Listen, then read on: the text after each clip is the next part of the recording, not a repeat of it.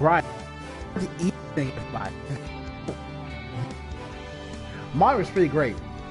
This is Very Mellow Man, and I am welcoming you all back to play of Yu-Gi-Oh! Legacy of the Duelist. Last episode, we completed the entirety of the 5D's storyline, including the final two exclusively DLC episodes, which somehow do a decent enough job of continuing on from where this ended up. It's kind of weird. Decent enough job. But now,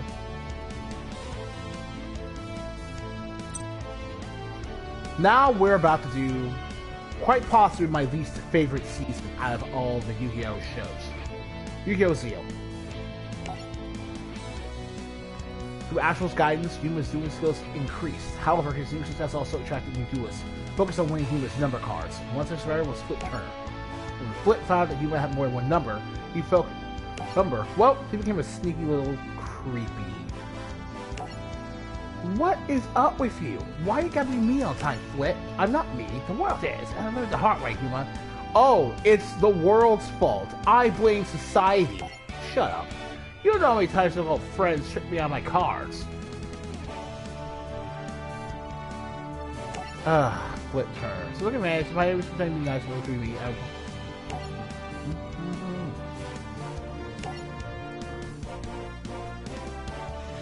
Yeah. Every protagonist in their own way preaches about what dueling is supposed to be about. Every protagonist does this, and it's like they're either stupid or hypocritical about it.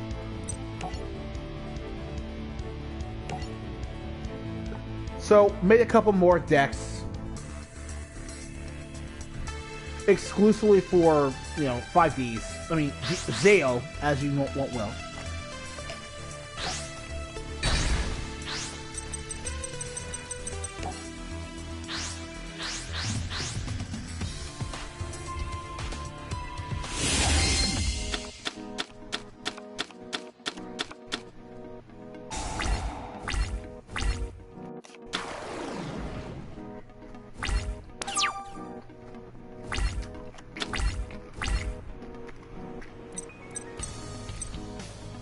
And I've got to say, of all the Yu-Gi-Oh! Protagonists, that particular form of preaching coming from Yuma is probably the most aggravating. Because Yuma is like...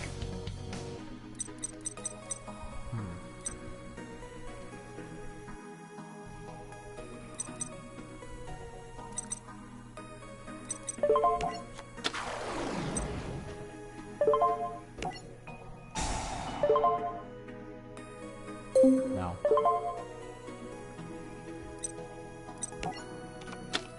What on earth could I chain it with?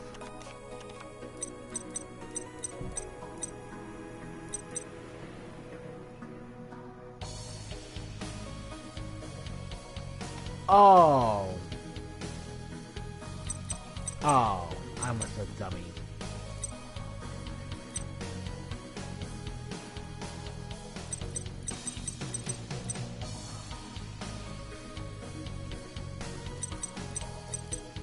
Oh, okay. I was just almost like...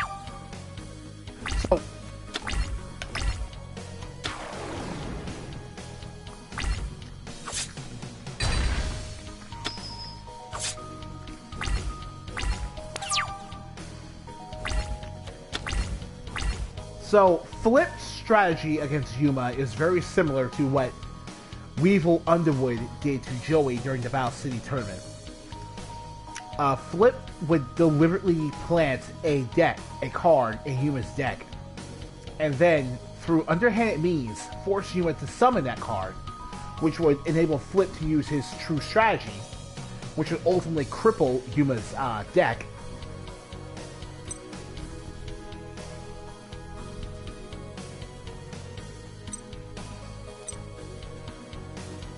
And give Flip a massive field advantage. Except in this case, what Flip is doing is giving Yuma the really crappy baby Terragon Xyz monster, Because for some reason, Baby Tarragon has a very special trap card that allows you to steal your opponent's Xyz monsters straight from their extra deck if your opponent has Baby Tarragon. It is the most... Like, the Yu-Gi-Oh! Anime is full of really specific cards.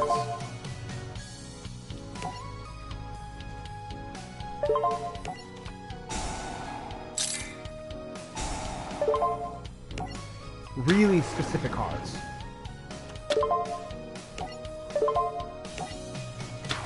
Yeah.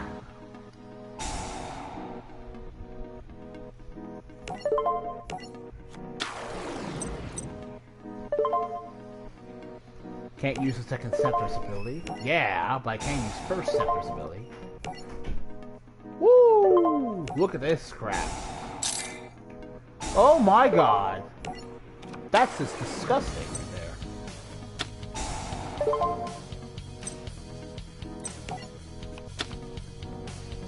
That's disgusting.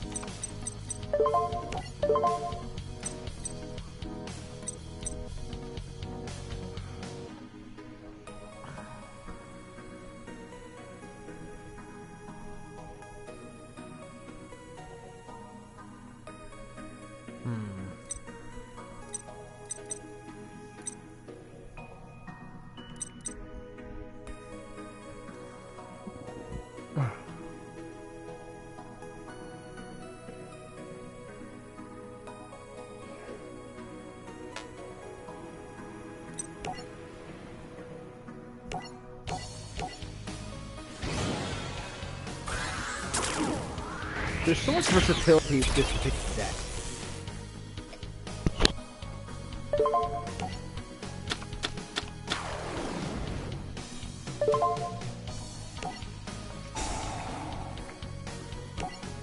Nice.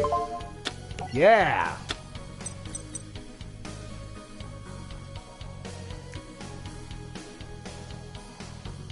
Yeah. That's super great.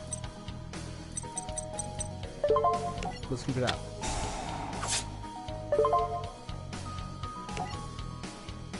Nope. Elder FC, no word in. Yeah.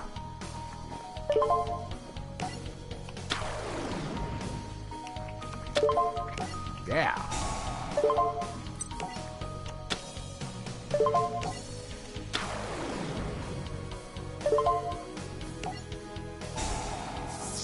Nope, can't do it.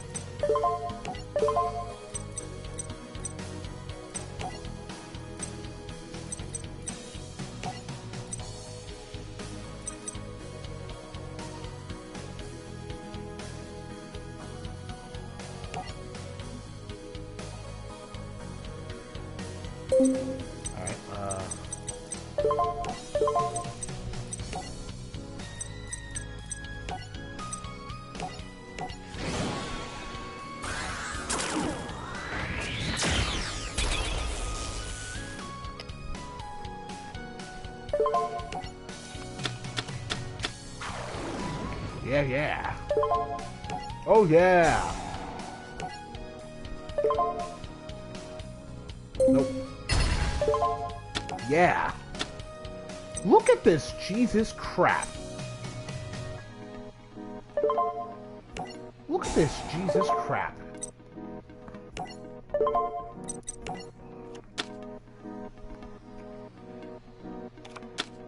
Do you see the nonsense I just did with this deck?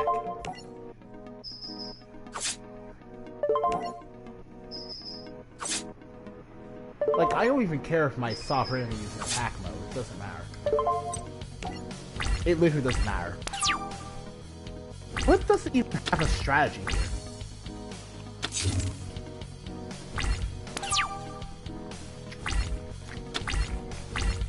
He can't have a strategy.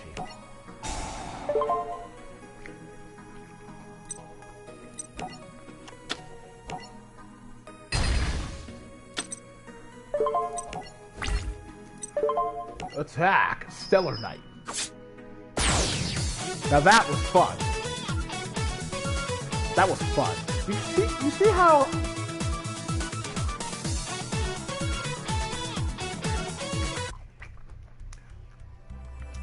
Like, it almost feels a little unfair making online-ready decks to use against the AI like this, because their decks are balanced against your story deck, especially at the beginning of the level.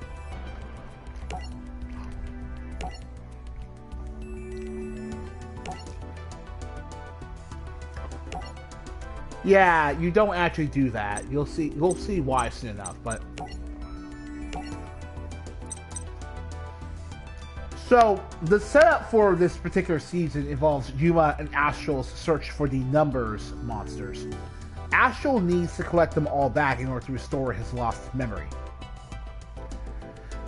Kind of similar to the Pharaoh needing the Egyptian god cards to reclaim his memories. As a result, the earliest episodes are really episodic and feature basket cases of the week.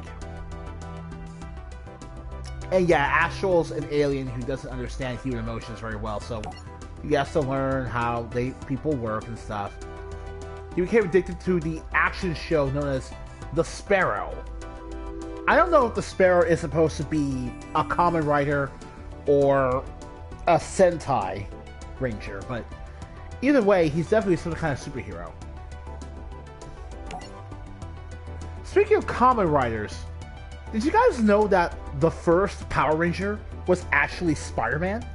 Yeah, pretty much the entire Power Ranger concept that blew up in the West, and even the entire Super Sentai concept that blew up in Japan, started with the Spider-Man TV show. Spider-Man was the first henshin hero, I think, in Japan. Or at least the adaptation of Spider-Man that Japan went with, because Japanese Spider-Man is, like, really, really god-forsaken weird. Oh my god. Like, did Spider-Man exist in Yu-Gi-Oh! GX world? I mean, thinking about it, like, Spider-Man in Japan calls himself the emissary of hell and does a JoJo pose every time. Ridiculous. It's very mind-blowing if you've ever heard it before.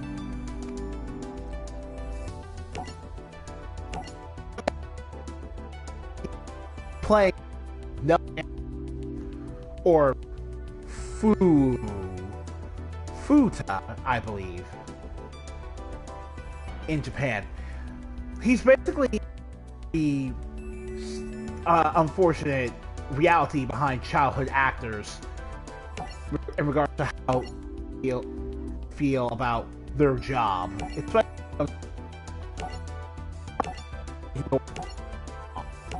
unfortunately, wants Nelson their son.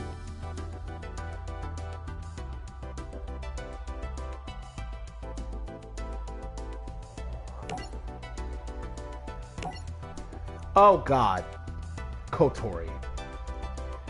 Of all the Yu-Gi-Oh! Main female characters, I'm using air quotes there, Kotori is really only female character of how many episodes she's in. Absolute main female.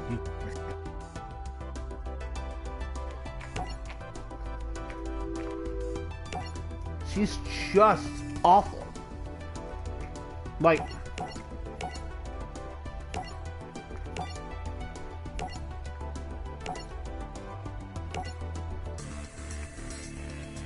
so Kotori isn't. I like going second in cases like this because the AI is not a real threat if you built a really good deck and you know how to take advantage of going second.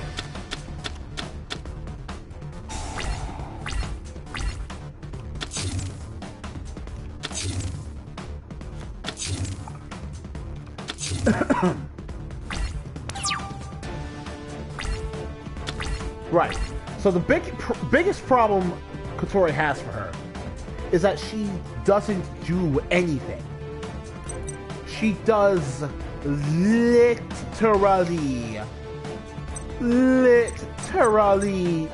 nothing. Oh my god.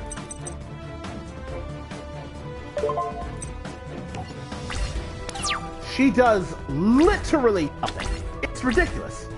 The entire show. She doesn't do anything else. She's just a cheerleader.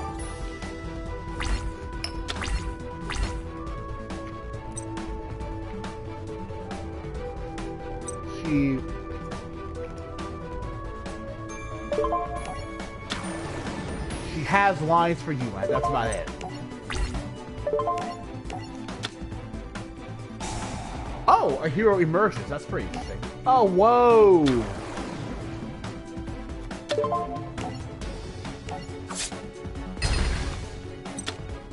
That's a really interesting way to use a hero emerges. Okay, a hero emerges is definitely a card I can see someone like Nelson using if he was genuinely trying to have a superhero theme. Oh boy.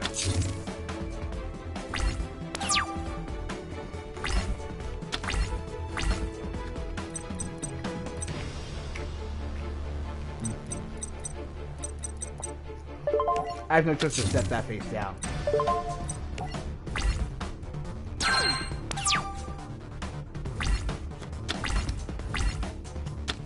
Kotori is mostly Lolicon fan service. Wah! Haha! Haha! Nice try. Nope. No touch of summon for you.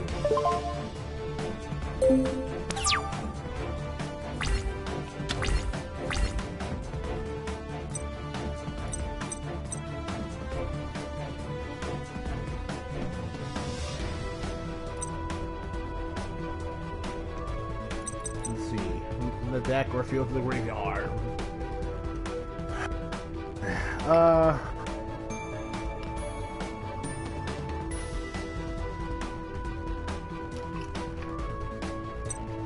Alright then.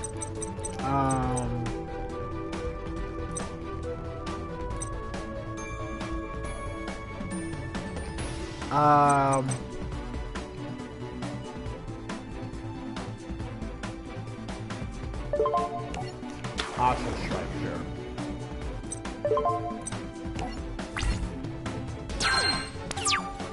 For the record, Vanity's edginess means I also can't XC summon because... Oh no! Phoenix Beast Garuda. No.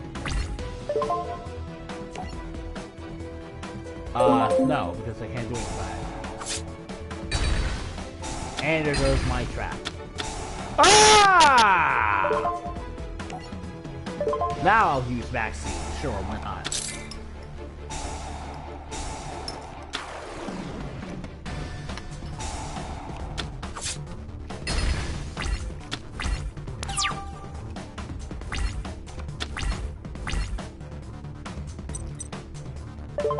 First of all, I'll just do this.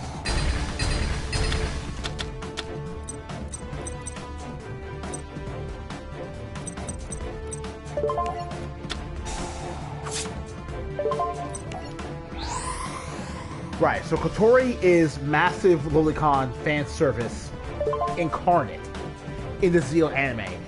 It's so bad if you watch that show subbed, because it's literally the most uncomfortable thing you'll see at this point. The conscious effort it takes to include that type of fan service of a kid at barely 13. Barely 13. It's just something I really do not find comfortable to look at or think about at all. It's just not something I want to do.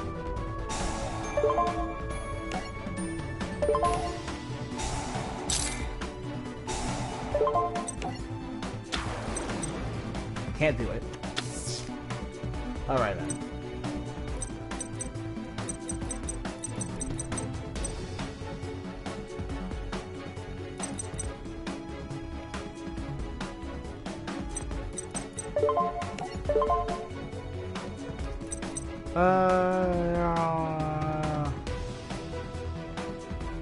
Or the hands? No.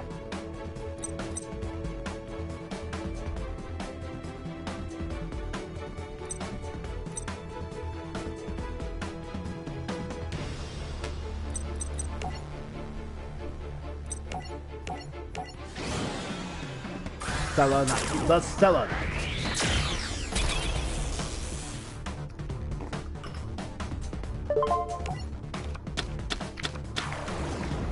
The Stellar Knight.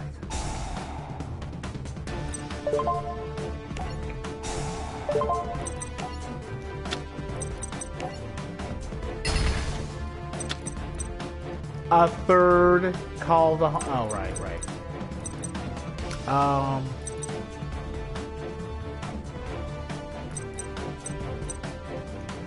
I know why I can use that, but...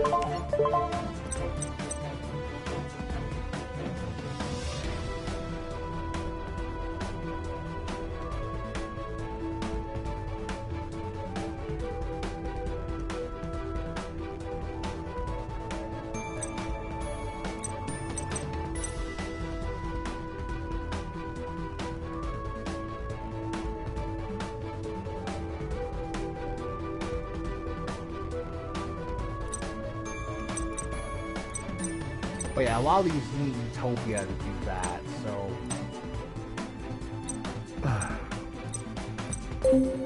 No dice.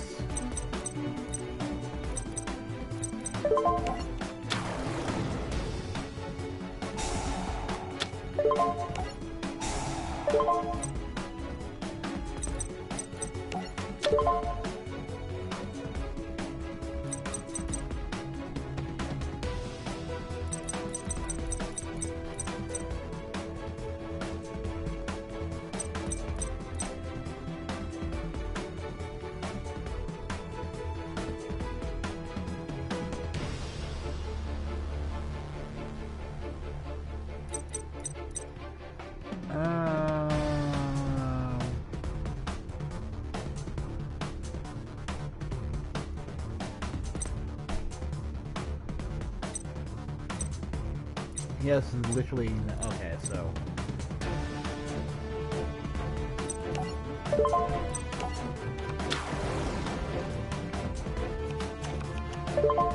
Yeah.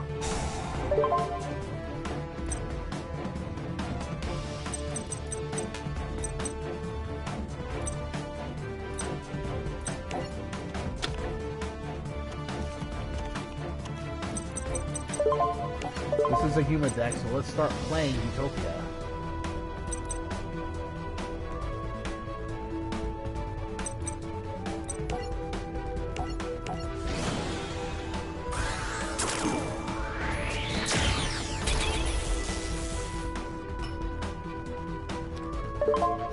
Oh yeah.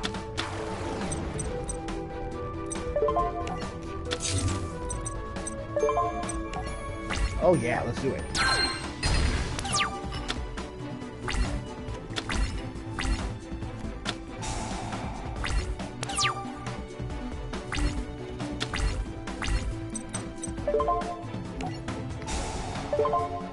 That won't help you.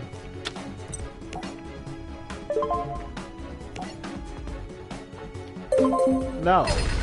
Why would I use that on my own monster? Seriously? Nope. That would be interesting, but nope. So, Kotori is... I keep getting sidetracked, but Kotori is uncomfortable to look at in the anime half the time because she's half naked or in a compromising fan service position. The other half of the time, she's not doing anything of importance except basically being Yuma's cheerleader. Basically, that's all she does. Cheerlead. As a result of this, as a result of the fact that she's the only one of Yuma's friends in every episode, she takes screen time away from potentially more interesting characters.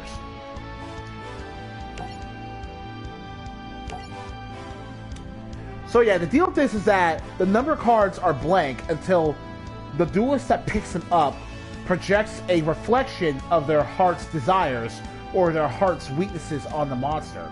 And as a result, the number takes the shape of whatever the duelist most desires. Nelson desired a better relationship with her mother, but because of how bitter he felt about her at the moment, Galaxy Queen took on the shape of, you know, Nelson's real-life mother. It's a pretty sad tale, all things considered. And this is what I'm talking about. Kathy Catherine grew jealous of special relations that Tori and Yuma seem to possess. I mean, I'd be jealous too if Yuma was hanging out with the most worthless character I've ever seen. Like, yeah. You know how fans will latch onto a love interest character that is largely because she's literally a better character in every particular way compared to the main female character.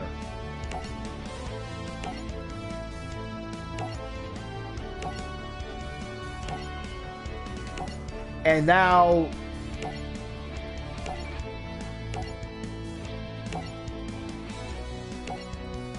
right.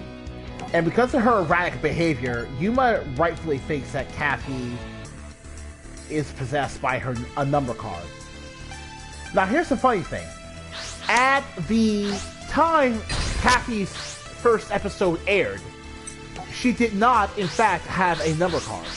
But because the number monster archetype was unfinished by the time Yu-Gi-Oh! Zeo ended in Japan as an anime, there were 3 spots left over. So Kathy was able to actually have an official number card made of her cat archetype years down the road, which I think is pretty cool.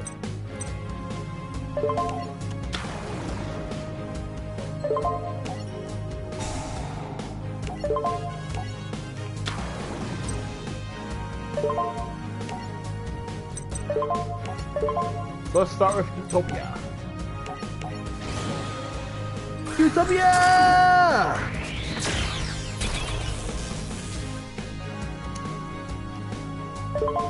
Booyah! Duel! Oh, before I do this, let me say something about Yuma. Utopia's attack negation effect is pretty nifty, but it has this really crappy effect. If this card's target for attack while it has no XC materials, it has to be automatically destroyed. No. Whatever.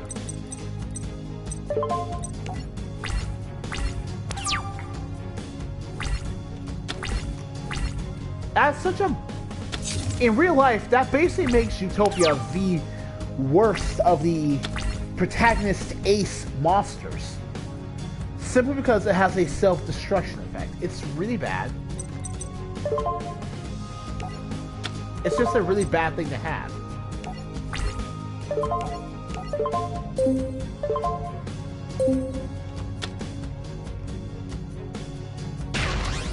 And of course, Yuma's ace monster has a special attack animation.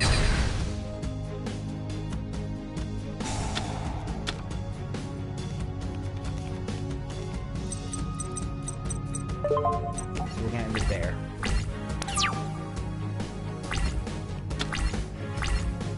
Kotori, like, look at this. Straight up, Kathy can actually duel. Kathy actually duels. Kathy has an interesting design, an interesting personality.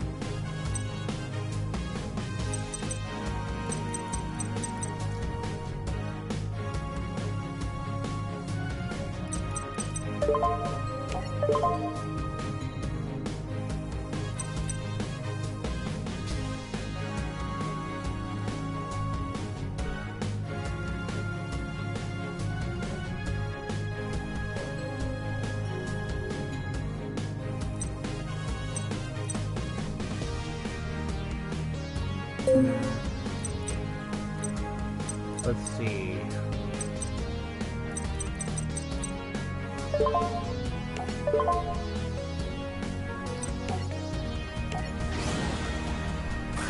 Utopia Ray is a very weird thing to do at this point in the game, but like, okay, here's the thing. You'll probably notice by now that if you haven't watched any of the animes before, you'll notice that each of the protagonists eventually gets a series of upgrades or physical or effect-based improvements over their favorite ace-in-the-hole monster.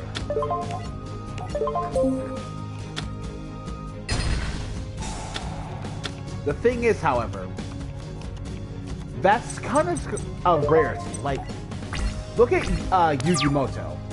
That's probably the least. This is your. That's like Yugimoto only has one actual upgrade monster-wise from his Dark Magician, and that's the Magician of Black Chaos, a ritual monster whose abilities are otherwise completely unrelated to how ridiculously important that particular monster is as a monster.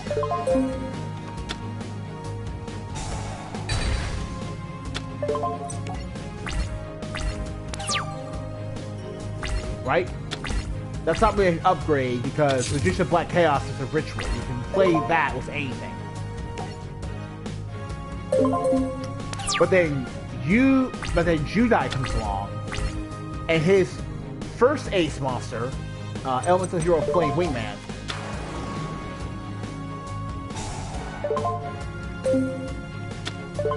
gets a straight up upgrade into Elemental Hero Shining Flare Wingman.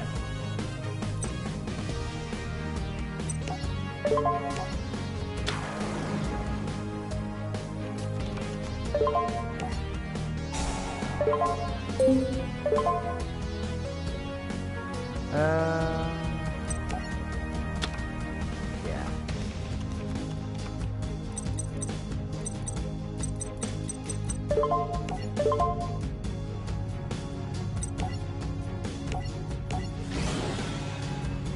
Like straight up.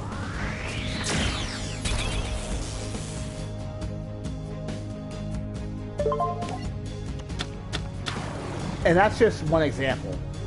Left example for Flare Wingman because that's pretty much it. But then we have Neos.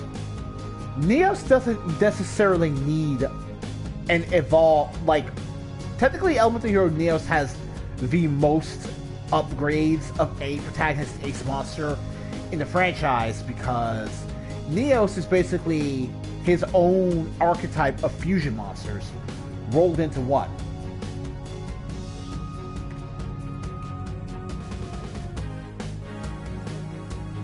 Basically his own archetype. The thing about Yuma though, the thing about Yuya though,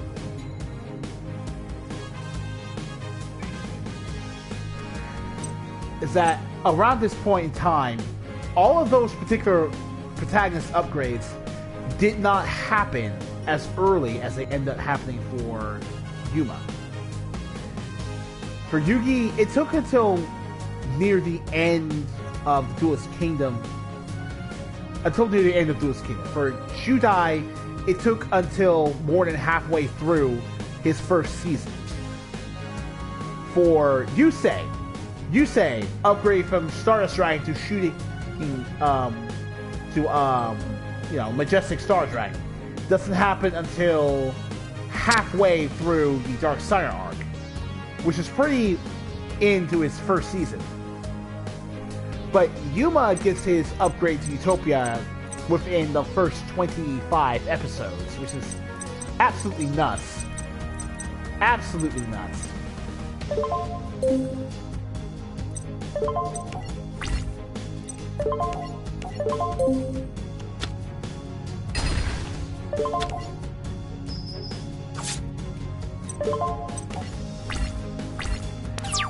Utopia Ray is like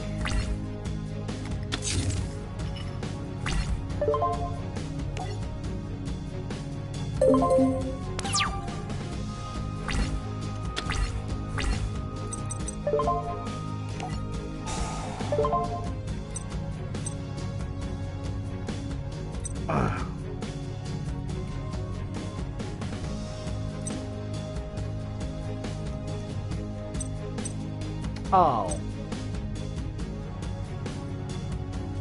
Ooh, I messed up. Okay.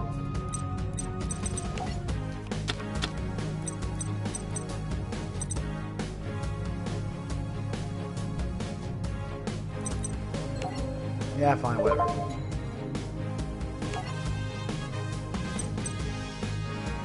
I didn't mean to do that. I didn't mean to do that.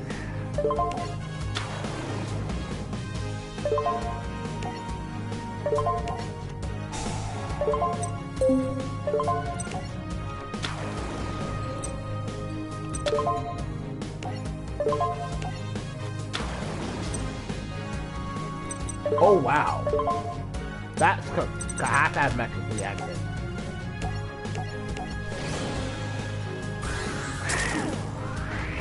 Oh man.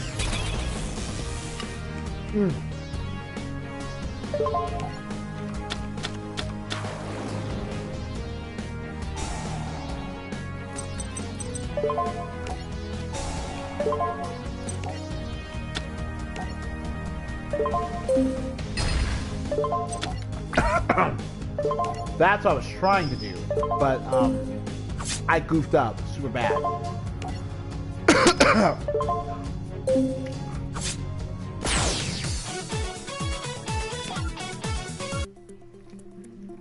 No number.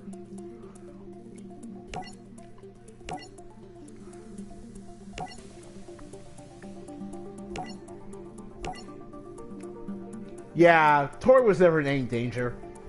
It was just a way for a young teenage girl to get the attention of the young teenage boy she happens to have a crush on.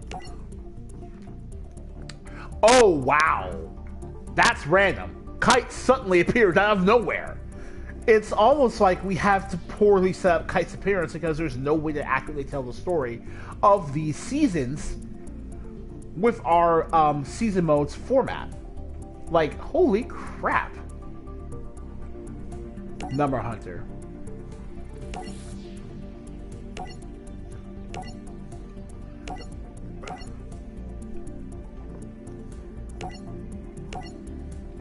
Well, get set to... I'm not going to justify... I'm not going to say that's super response. The duel we want to have is not for fun. Right. So, okay. Look at all this plot that's about to happen. Dr. Faker used Kite's brother Heart's life energy to attack Astral World. However, Kite was unaware of Dr. Faker's ploy. Oh god, evil Heart. Well done, Heart. Woo! Crazy anime veiny forehead. Make Astral World pay with your power.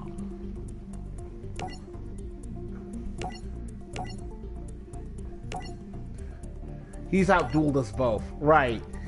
Like, the deal is that if Astral loses a duel for a number, he'll die. Which is why it's kind of the second big reason people don't particularly like Yuma as a protagonist. Yusei's relative invincibility in a duel is annoying because he wins so many duels that he doesn't need to win. For really stupid reasons. But in Yuma's case, he is not allowed to lose any important duels at all. Because if he does, then the stakes are too high for him to lose. So he doesn't lose. Or nonsense like this happens where the duel is conveniently interrupted before Astral dies. Like, Yusei could have lost several important duels and not die. He technically lost his duel to Kiryu, and he didn't die.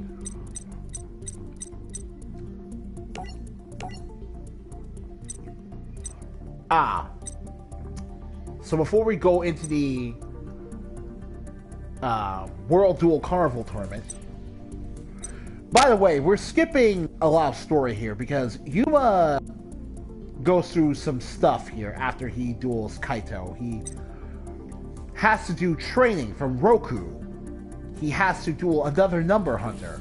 He has to eventually, like, Shark eventually has to defend Yuma's necklace and defend Astral indirectly after Kite finds Yuma's school and tries to steal Yuma's numbers that way. But Shark fails, and as a result, Yuma has to break into Kite's house, basically, and then retrieve Astral himself. And while he's doing that, Astral is actually in the middle of a duel with Kite. And in between all of this is where Yuma gets his upgrade from Utopia to Utopia Ray. But right now we're going to take on the DLC episode here. As our Kite... You went to defeat another duelist and collected number 96 Dark Mist. Unfortunately, a monster appeared from the car and attacked Astral. Yuma was taken over by the monster and was up to his friend Bronk the same day. Yuma, you must give Utopia to Bronk. But why? Just do it. Bronk, catch. Got it. Oh, hey. Yo, Bronk, you're a DLC character.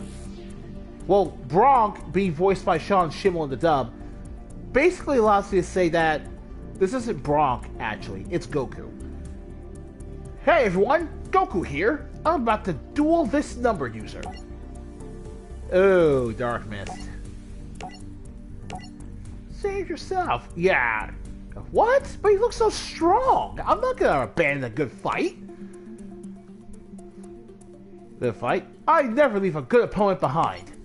How touching. This man is so confusing. Is he that hungry for battle? Such lust! Alright, so... here's the deal. We haven't gotten the chance to play... Shark in a bit. And for the sake of things... we're gonna pretend that because Shark... Remember, Shark is actually Yuma's friend at this point in the show. Oh! Speaking of Shark, the drama between Yuma and Shark. Like, Yuma and Shark have a rematch where Shark is able to use a new Xyz monster, Black Ray Lancer, to defeat a number monster by negating a number monster's effect to prevent itself from being destroyed in battle. Right, in the anime, all numbers monsters are special because none of them can be destroyed in battle unless they're fighting another number monster.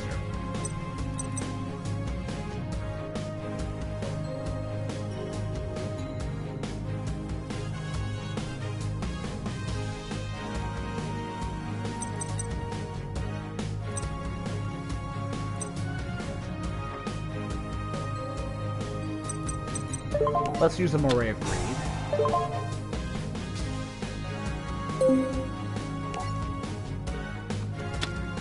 Simply because it's a draw card, so we need to get rid of these.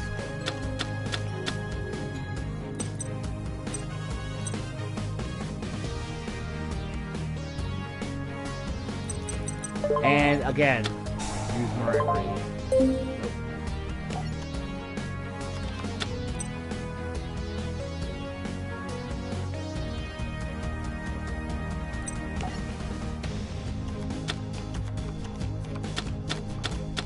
There we go. Yeah, so. Normal summon 10 goldfish. Alright, yeah. Let's do this.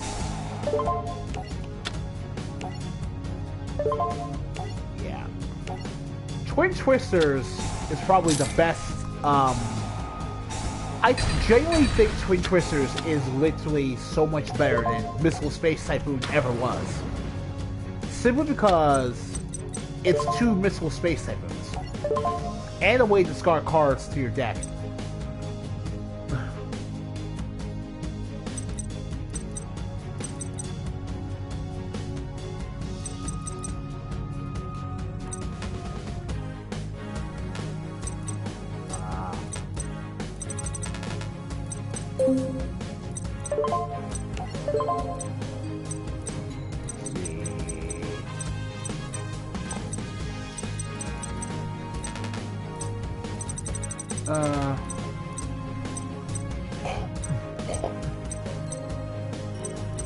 Uh...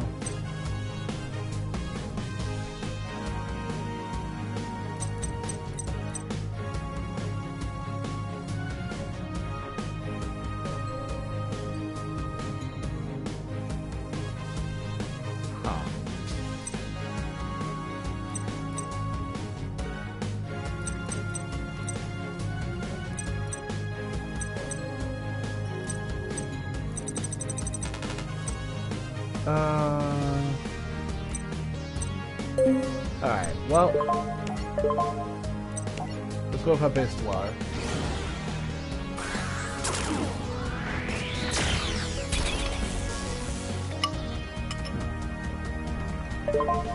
Alright.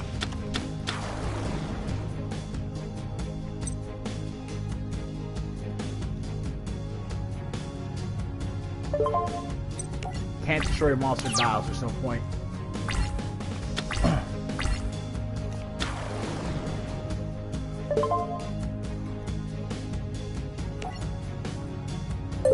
Nope. Calico Crowclaw. No.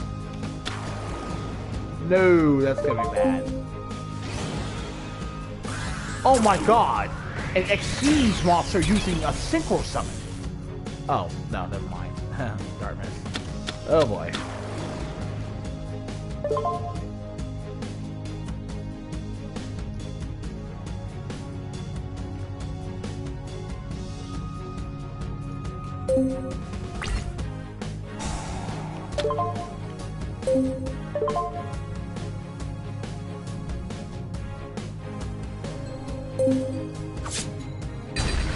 Yeah.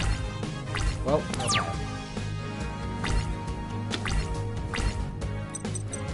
Well, Dark Mist just managed to get out his number.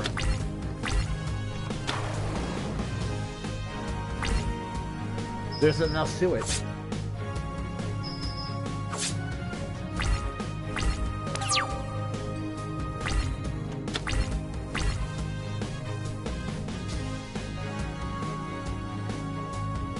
There's nothing else to it.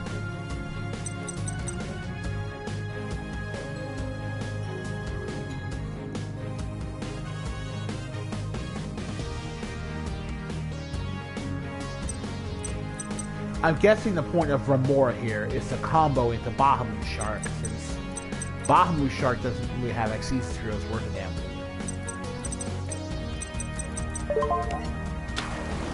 Alright then.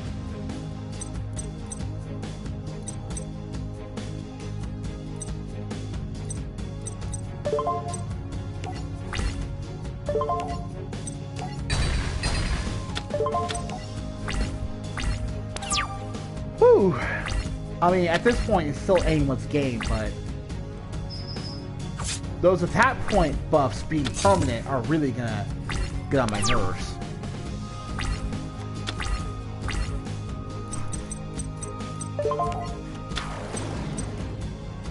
Since you put that face down, I guess that monster doesn't have the defense points to take. Yeah.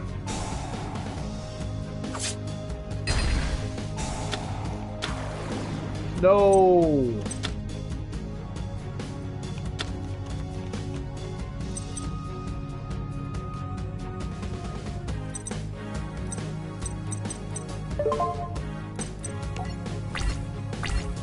Yeah, crap.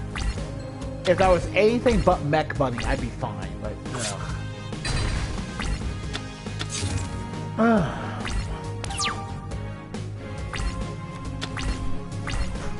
Alright then.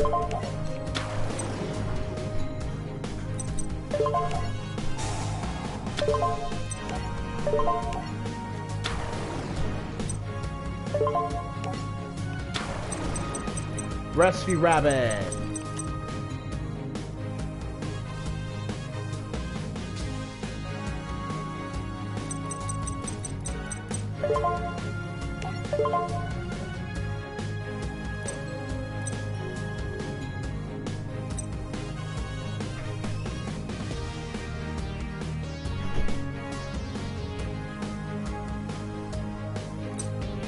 Yeah, Solid Auger Arc!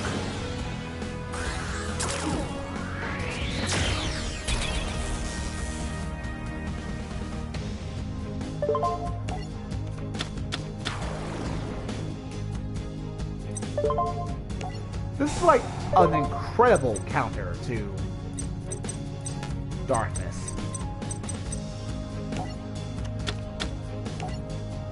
Incredible counter. Nope. Yeah.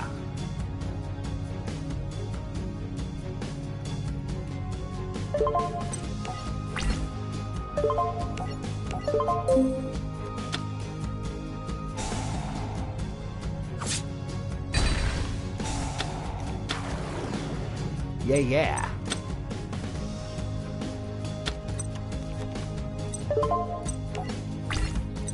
Now, you see why I shuffled Moray of Greed back into my graveyard, right? Back into my deck. I shuffled 7-colored fish back into my great deck because of that. Nope. He's going for another one. No problem. Nope.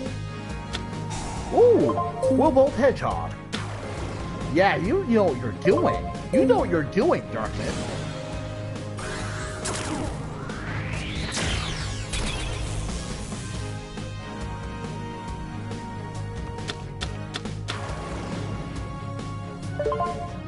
Nope.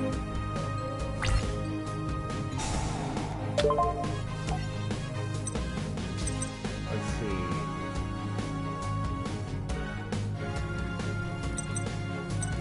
We have to do something here. Nope.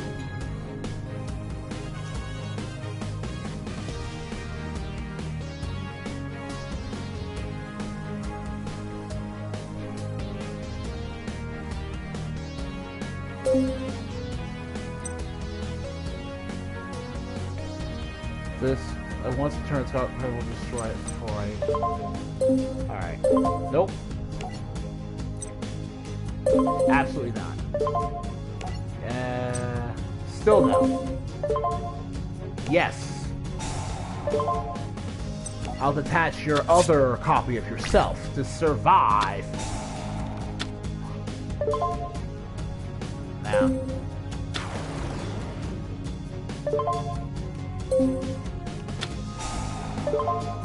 No. Nope.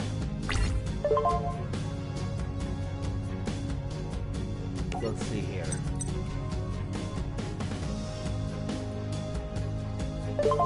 Quick chaos time. This is a shark deck after all. Break cut magic exceeds change.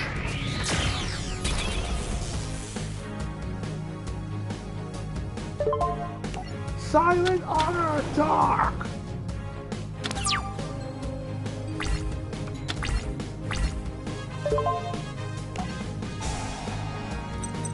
Give me that card.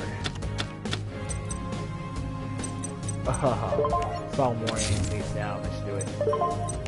Alright.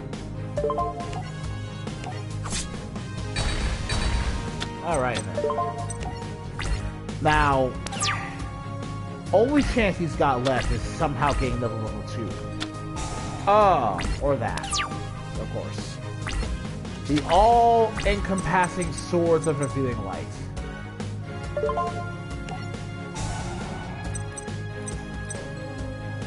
Oh. Yeah, give me that.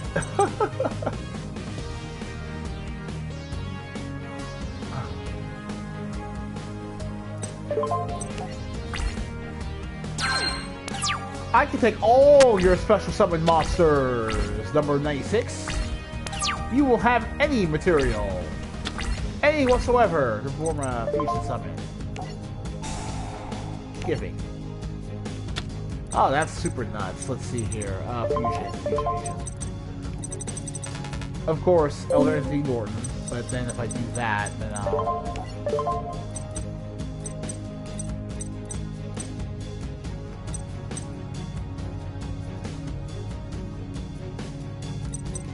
Damn.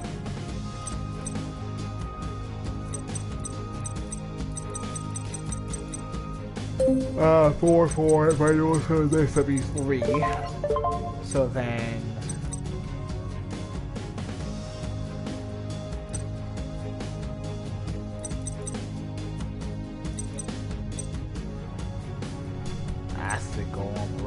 Zero.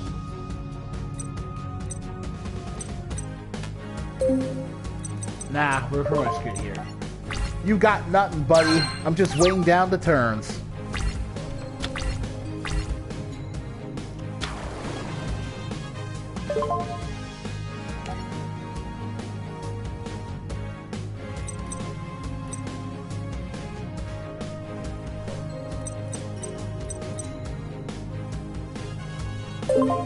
Nope. Don't care. It literally doesn't matter.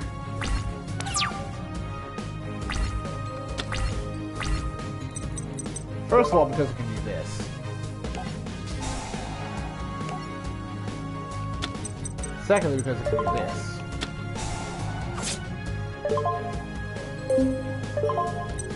Oh, that's Norton.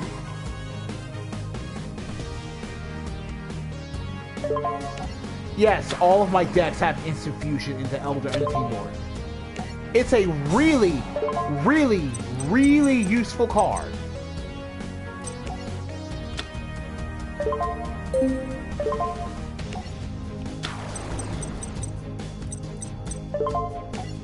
Yeah.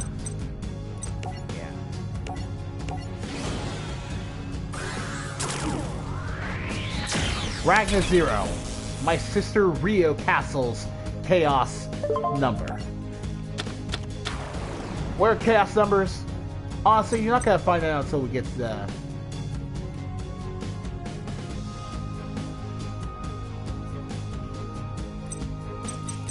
Not gonna find out quite yet.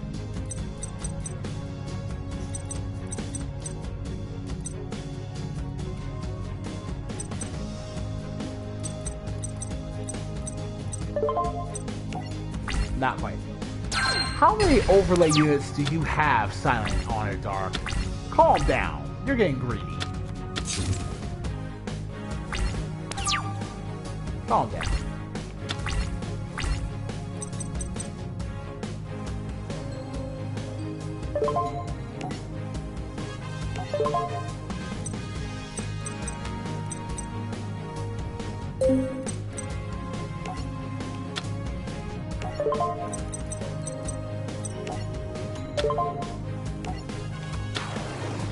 XC Remora.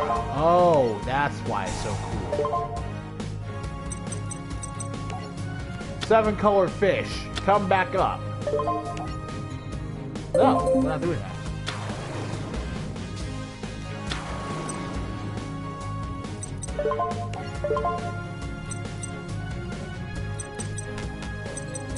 Sharp Drake.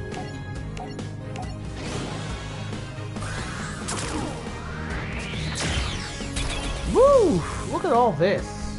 Everything's coming together.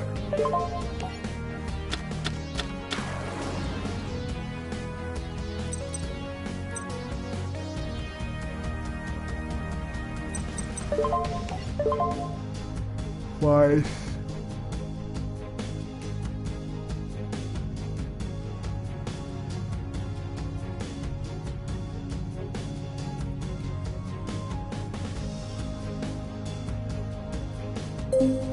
So, Vice combo with Ragnar Zero.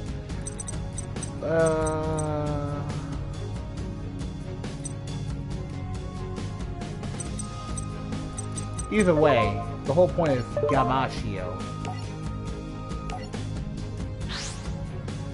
It's the Kaiju cards.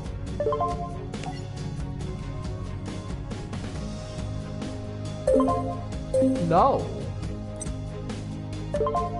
Because now I can do this and get my card back. Holy crap. Look at that crap.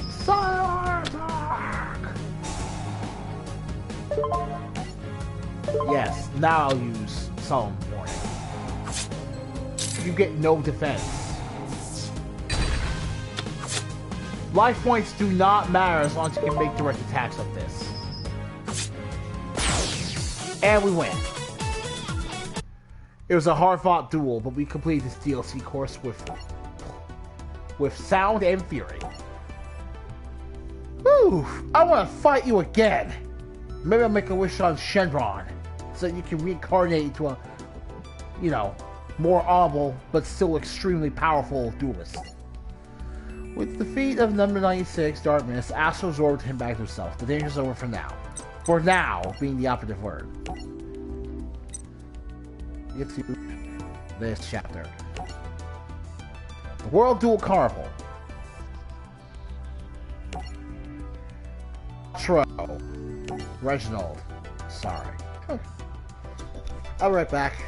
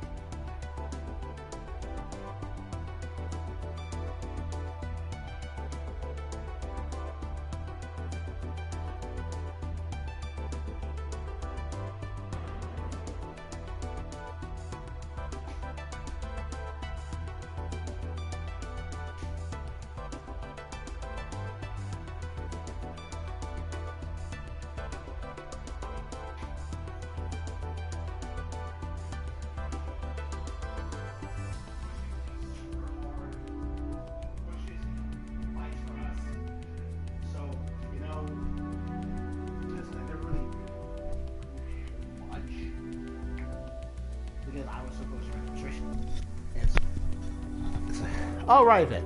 Yeah, so quick dibs. Quattro and Shark have tournament history where I believe Shark was accused of cheating by looking at Quattro's cards before their official tournament match.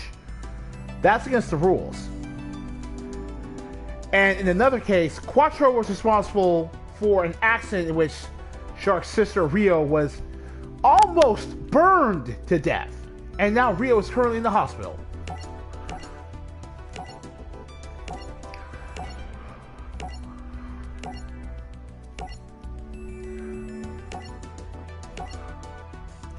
Oh, well, not that.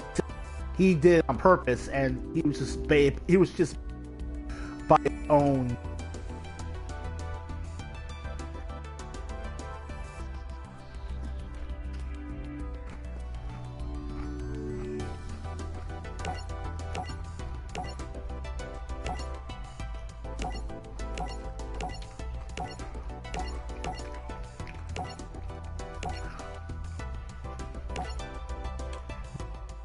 Father, Trey, and Quint, otherwise known as 3, 4, and 5 in the sub. So honestly, as far as it's not bad.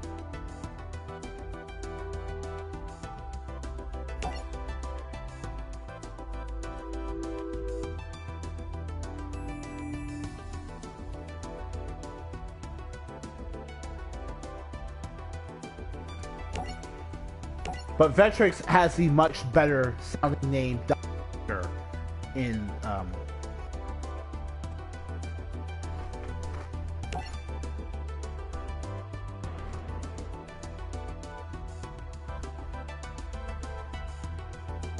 on a second. Oh, no. No, not Dr. Faker, but just plain old Tron.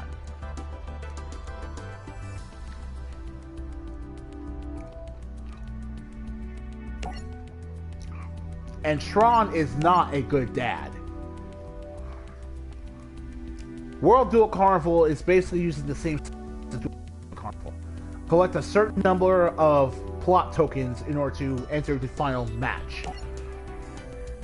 Until then, you're basically going to have to eliminate the other players by wagering heart pieces.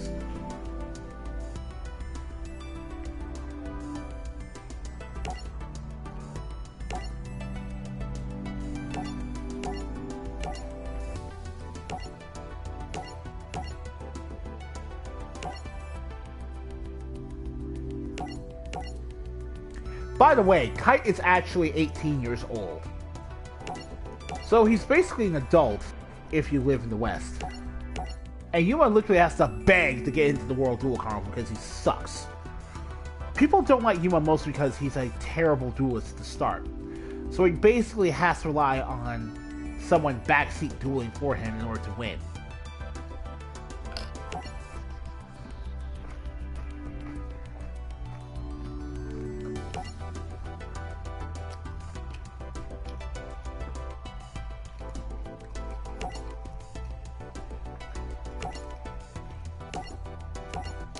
And this is the only other teenage girl that the fan base has ever liked besides Kathy as a potential love interest for Yuma.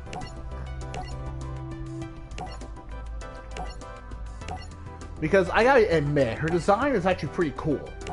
And her gimmick is even cooler.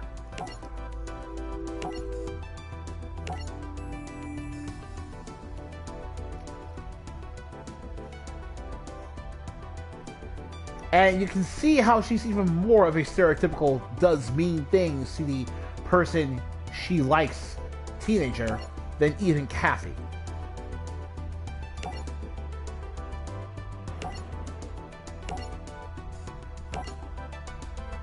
That being said,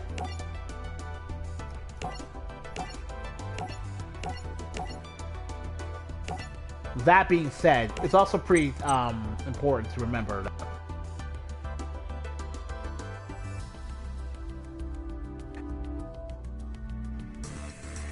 no, there's just... And it has a more interesting backstory for a character than Katori, the Nothing character.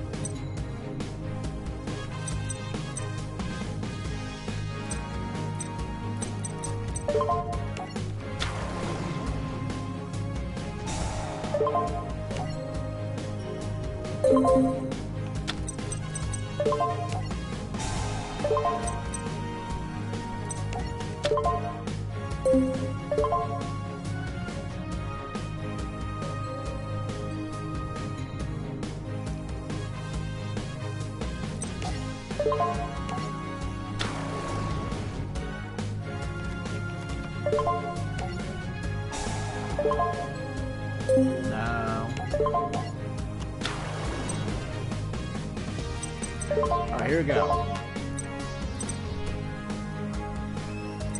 Use Ouroboros this time.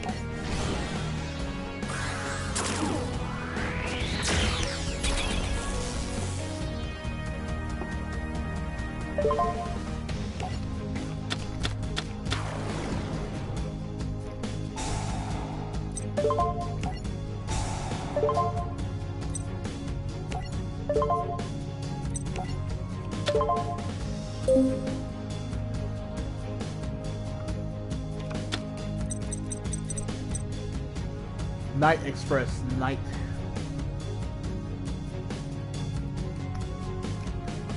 Yeah, Anna's deck is as loud-mouthed and completely unsubtle as she is as a character.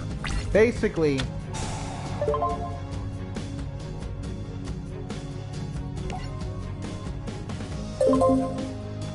she's a train deck that allows her to special summon. Sure.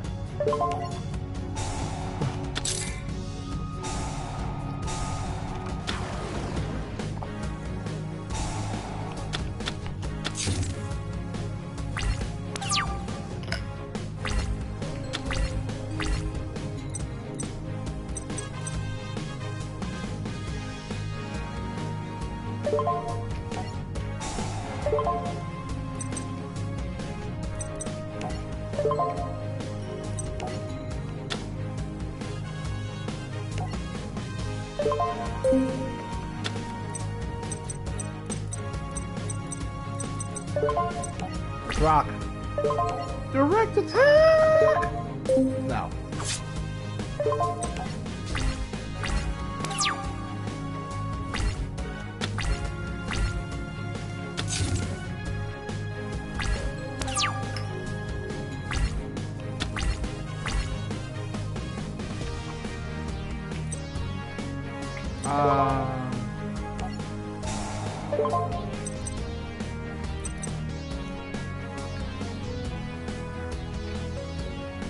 Oh.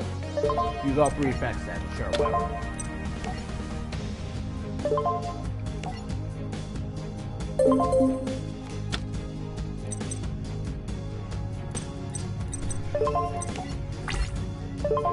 I can only use 1 effect each. Interesting.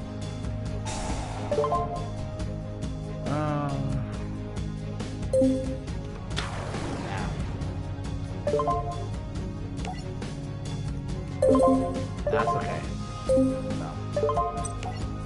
I'll deal with that.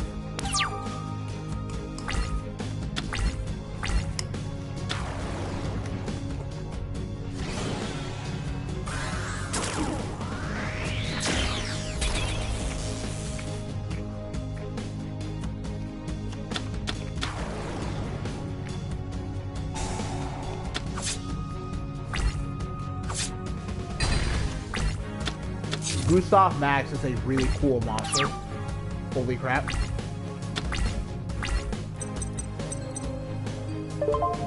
That's pretty twisty though.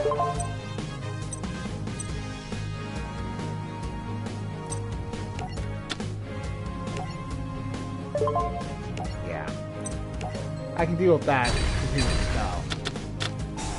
No!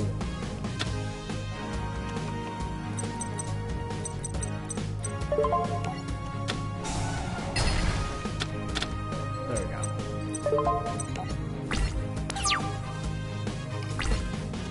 Alright.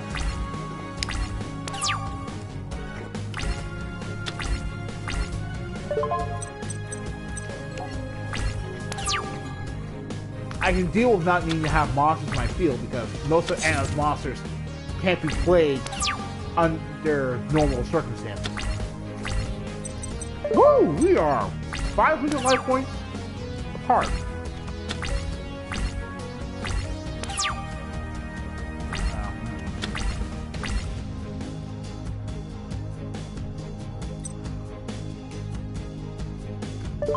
Nah, that won't help me there.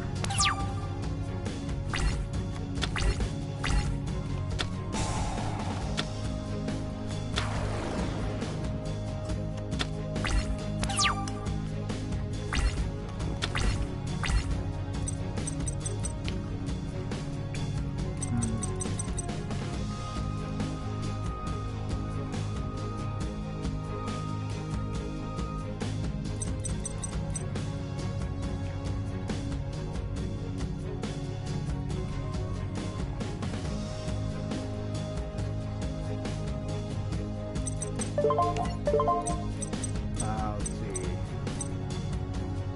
Yawn.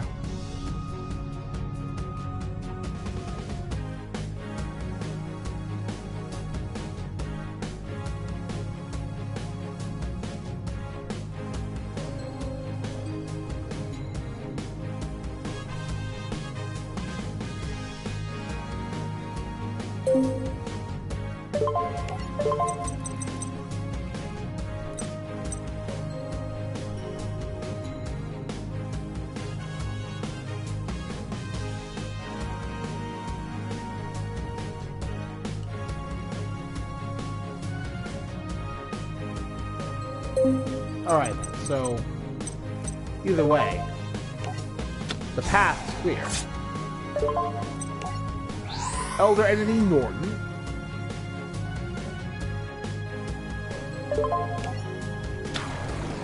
Oh wow, I just realized that Norton's stats are pretty cool. Alright, its effects are negated.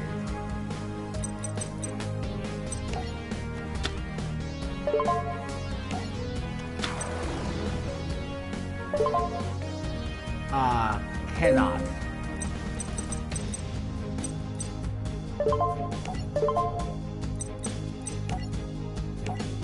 Utopia!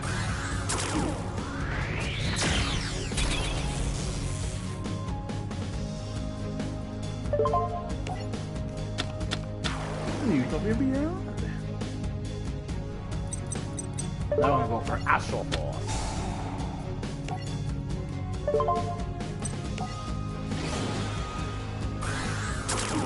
Yeah, yeah.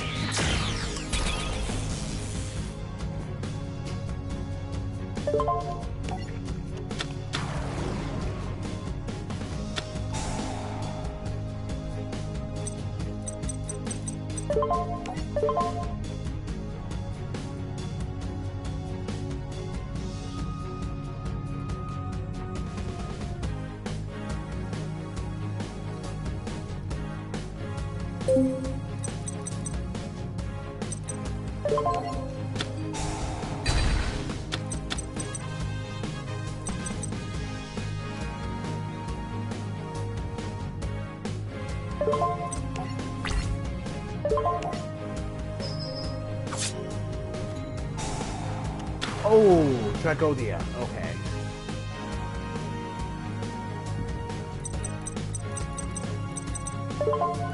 Okay.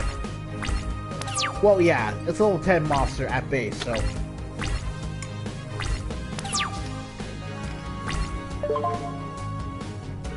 No.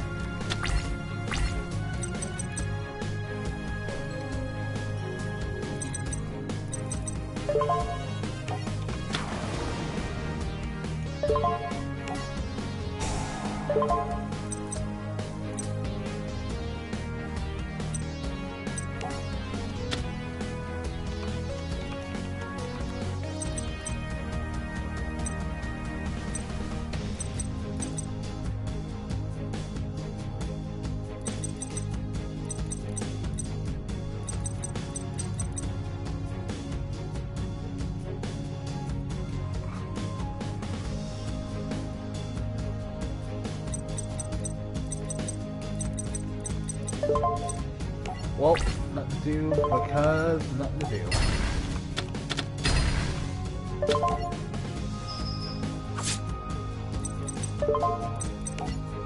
Alright. I could have done a different thing entirely, but...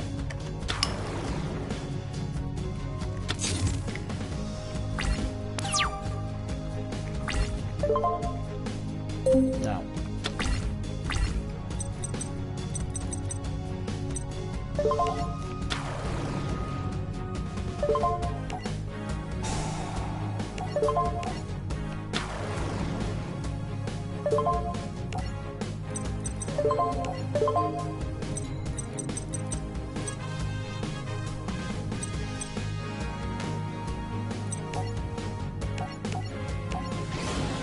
Time for the Stellar Knight.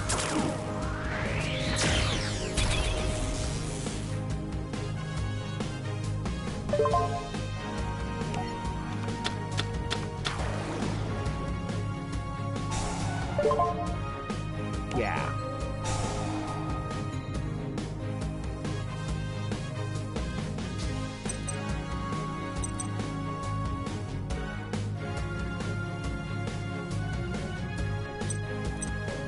Destroy this. Yeah, draw a card. Now he's ready her effect. Destroy this card.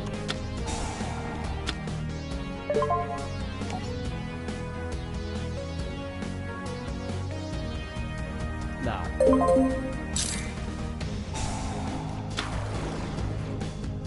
I mean, it's interesting, but XC Reborn literally will not save you because I just won the match, so.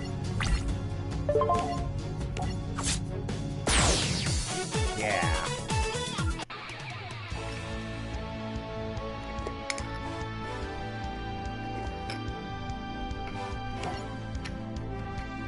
Like, the gist was that Anna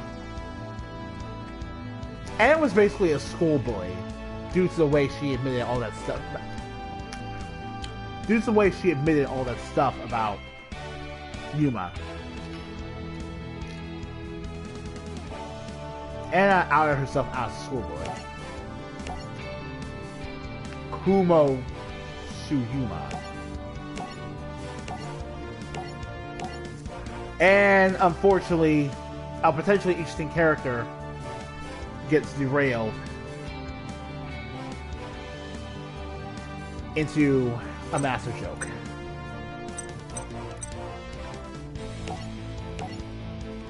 Time for Double Jeopardy. So, yeah. freaking.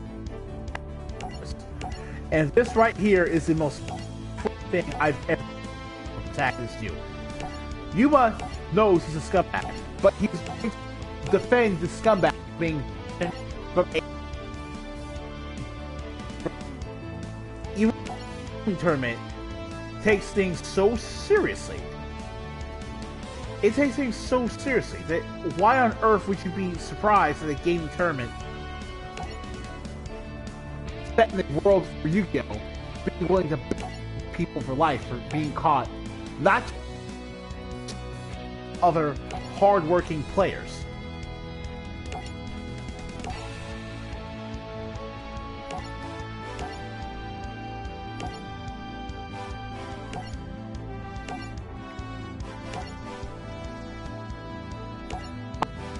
I think a kid is admittedly a little much.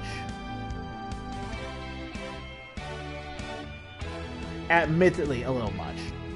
Like when I watched this show, I thought he was being banished from the city, which I thought was too much. But then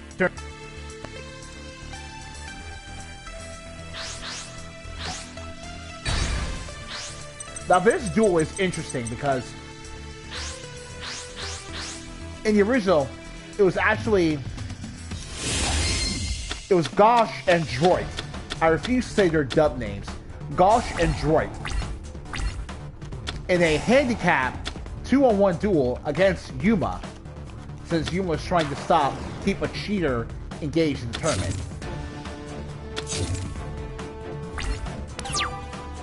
And Yuma didn't have access to his number monsters because Astral was busy fighting Dark Mist within his own astral space.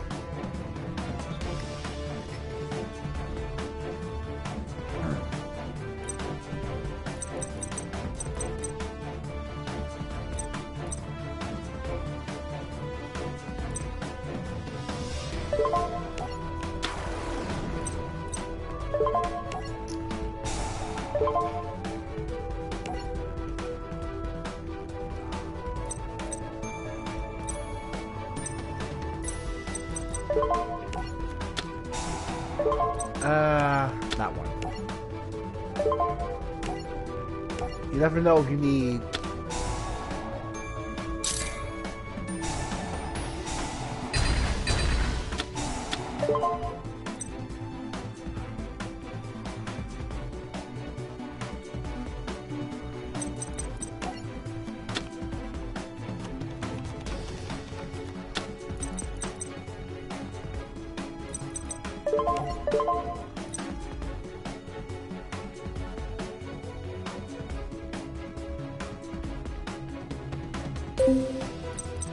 Well, whatever. Since there are 2 or more monsters on the field. Hat Tricker. Perfect.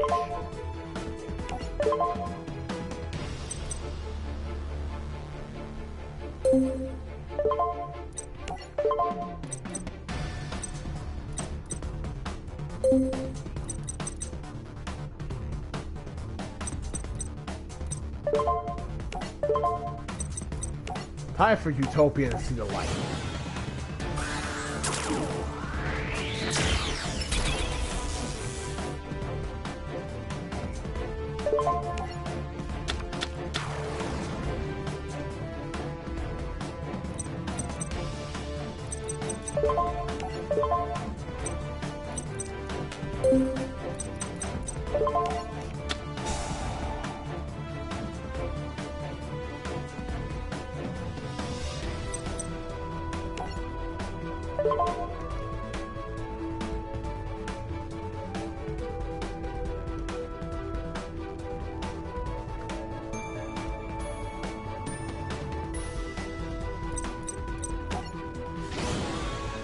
Yeah! Let's rock it.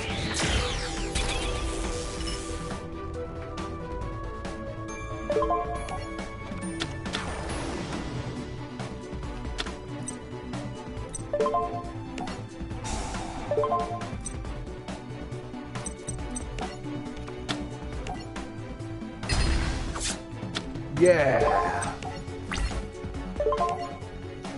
Ray V's burn effect is so cool. The card itself is pure evil, but man, it's just such a cool card.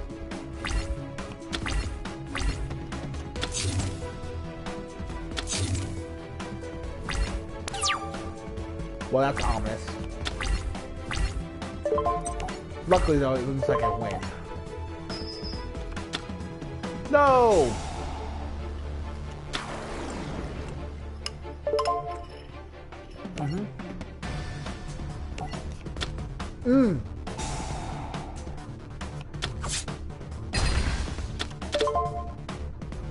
Yeah.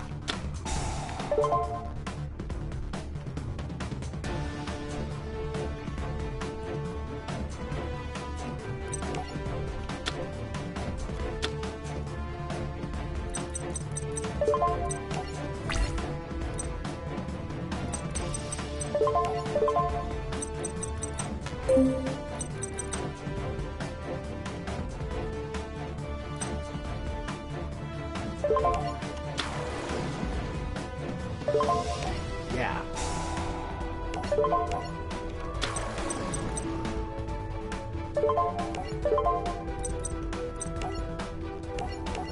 Joke's on you though, Berserk Scales is not going to be able to help you forever.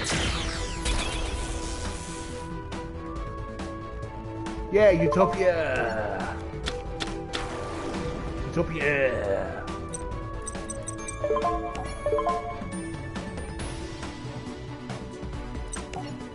And of course, we'll go through Utopia right now. Chaos XP Change!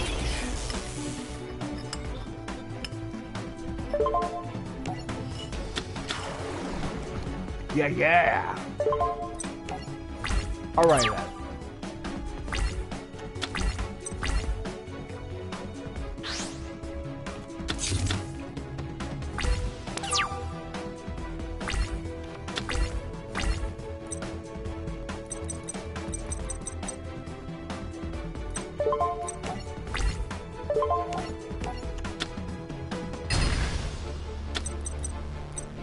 What the? Grass Chopper.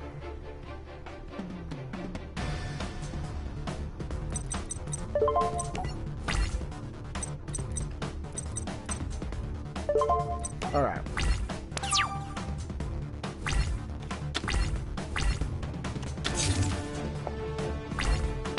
And you're out of cards. Well, it's been real. No, you still get one more turn. Crap. No. Crap.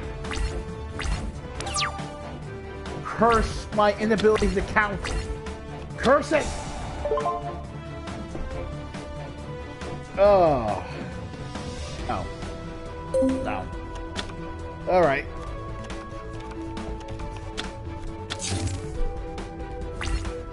Oh, guys, this is going to be a longer episode than I normally do because Season 1 of Yu-Gi-Oh! Zeal is, like,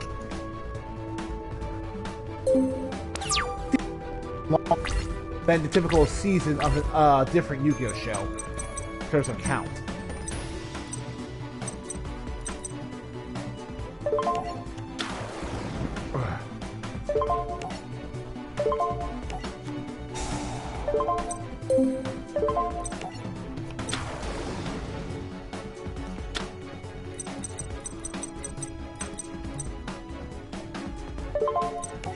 I may not need to summon other monsters here, so...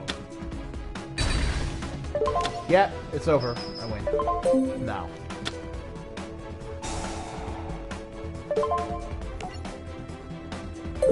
Oh my god. This duel should have been over already, but I got... Oh. Away. Nope. Butterfly yoke. No! Nope, seriously, it's over. It's over. It's over. It's over. Okay. Flip the little cheat gets a second chance, even though he genuinely does not deserve it.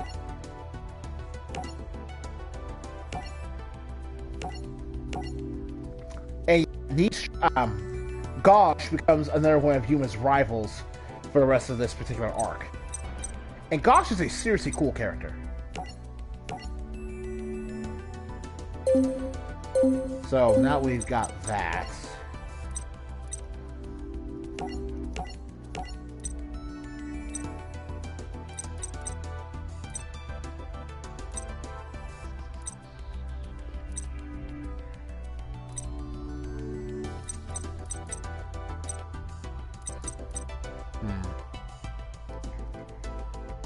Oh, this would be funny. That'd be fun. Multiplayer. The Dragon Awakens. So now we get into the thick of the plot. Basically, this is a Sin's the Father type of plot, where the main villain, Tron, wants revenge against the other main villain, Dr. Faker, for being responsible for his sickening physical and mental predicament. And Dr. Faker is willing to use his own son, Heart, as a weapon against Tron and all of Astroworld because his ambition demands it.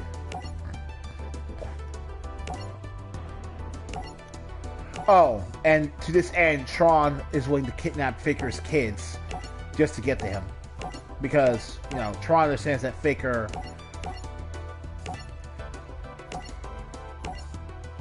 Yeah! Yuma has an in!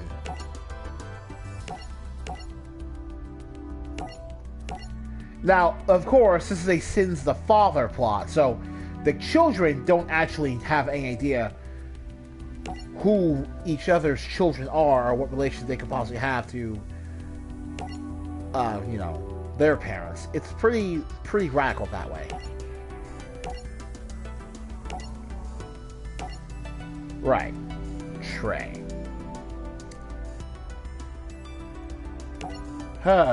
Trey. This would be a lot cooler if I had the kite avatar, but I don't know how to unlock that yet. My avatars have just been unlocked by playing the game. Oh well, at least the story avatar matches the deck I'm using. Galaxy Eye! Let's rock!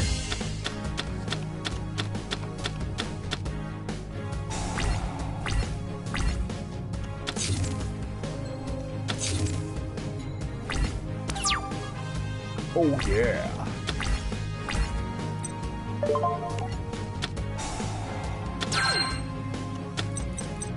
Alright.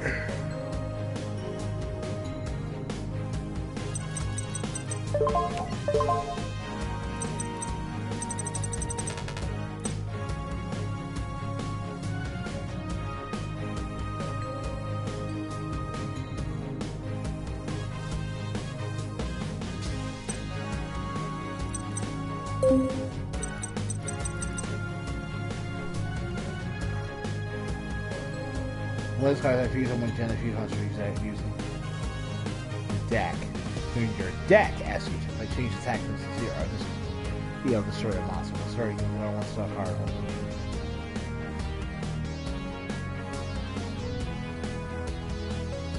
Or fast Alright, Berlin Fusion. Let's see here. Then Koseka.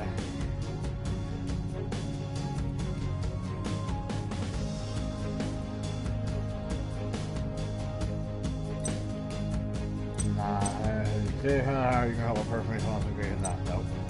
Not a Galaxy Ally, so it's a turn because of a foreign phase. Not a Galaxy Ally, so it's not Dragon. Oh, Galaxy Wizard. Galaxy Soldier.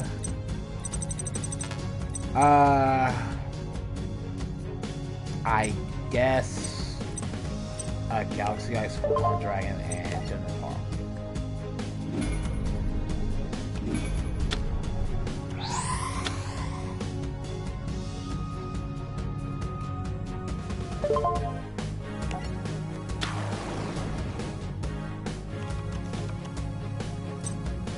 Alright, let's see here. Obtruding. When you use that one Galaxy Ice Pokemon Dragon in the graveyard. Yeah!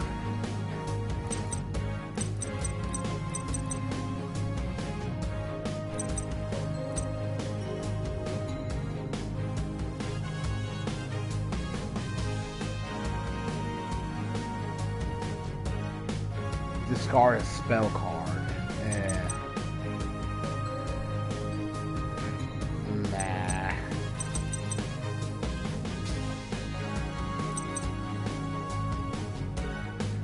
During the main phase, you can also at one option set this turn. Okay. Let's see what it feels like.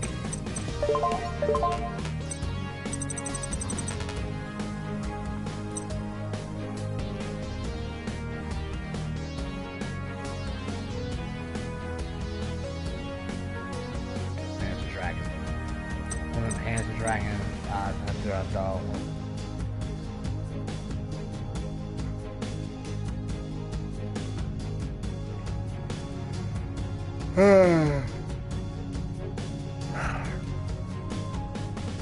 Nah.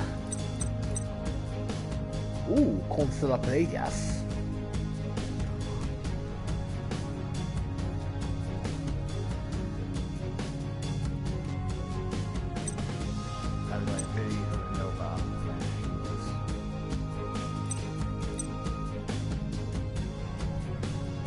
Light machine type monsters. There's a lot of stuff I can do. Very.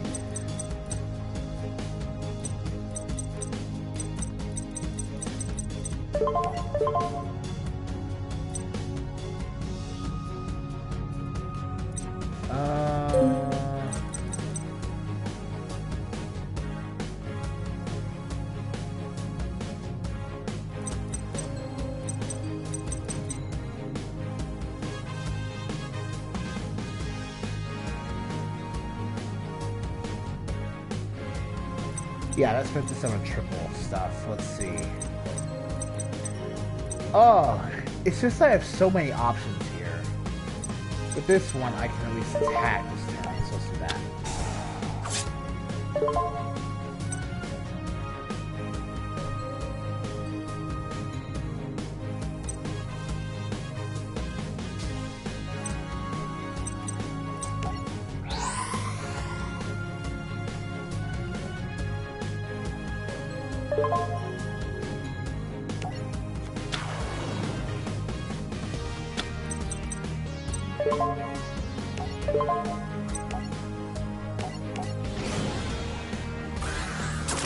Artifact Durandal, rock the world.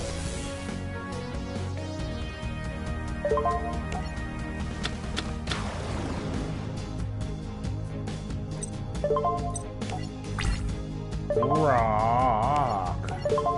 No. Alright. Not bad.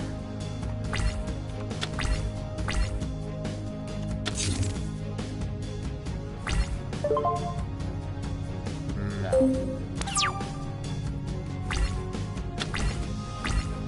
Let's see.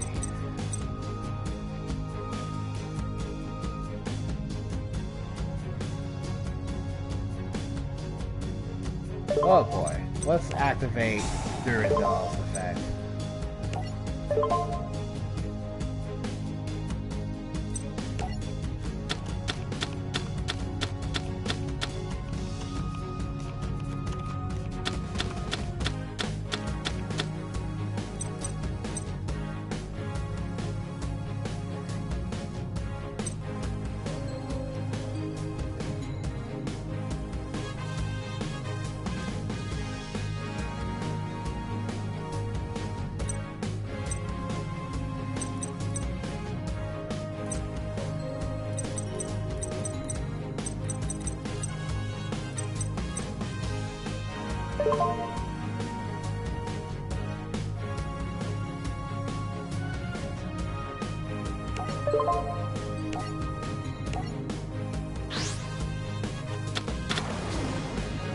Okay.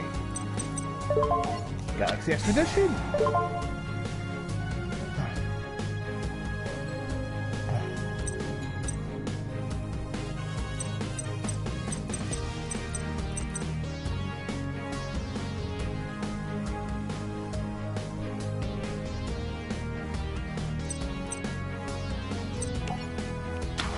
Galaxy Soldier.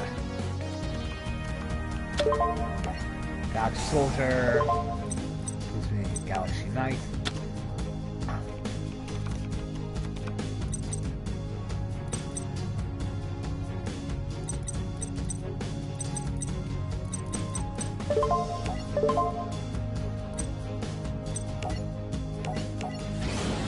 Star Dragon Nova time.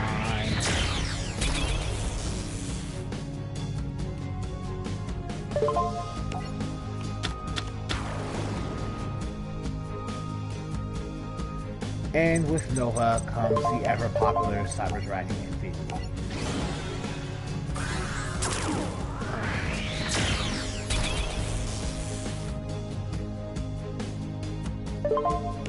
Oh yeah. Let's see.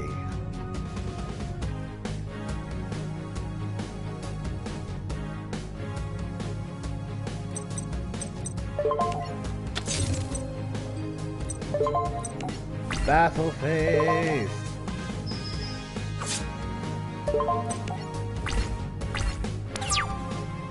Looks like Trey doesn't really understand what he's unleashed now.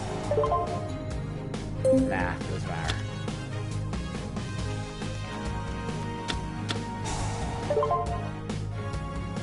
Babylon. You can banish one from.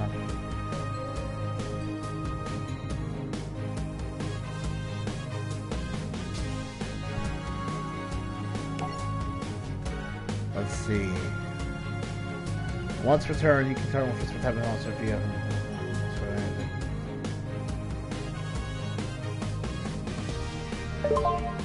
Sure.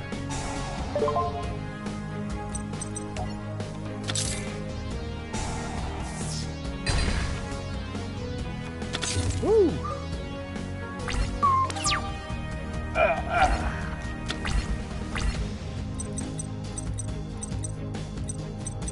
Oh, another galaxy wizard.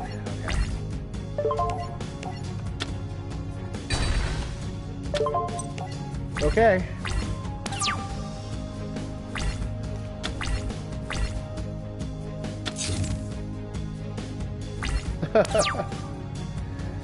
Whew. It almost looks like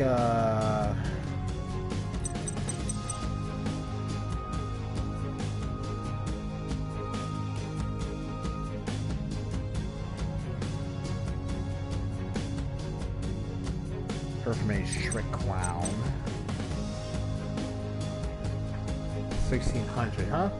Alright, well, why not? I don't have anything else to do. You aren't even good enough to summon my Galaxy Eyes, Photon Dragon.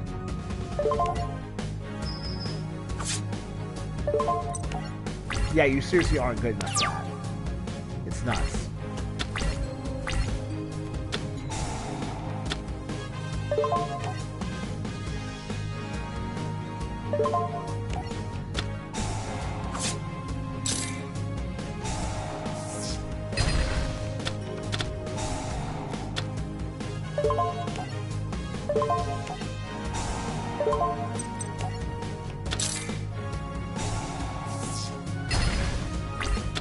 Yeah, you had nothing left. That was your only play.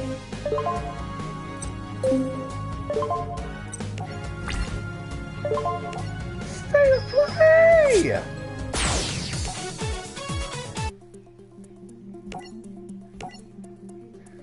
Yeah, well, again, this is actually a tag duel with Yuma and Kite against Trey and Quattro, and this is actually the point where Kite upgrades his own ace monster, Galaxy Eyes Photon Dragon, to Galaxy Eyes Ultimate Photon Dragon.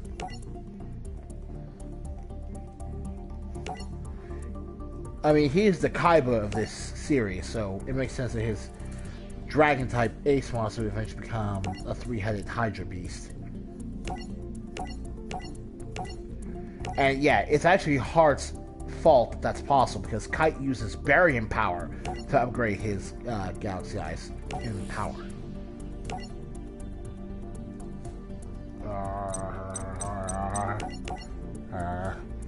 Cosmic Chaos.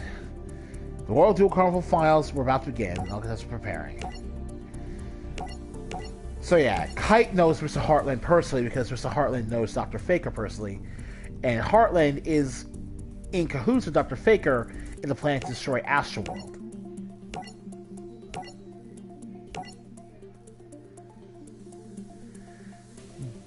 Unfortunately, Droid, you're still a side character.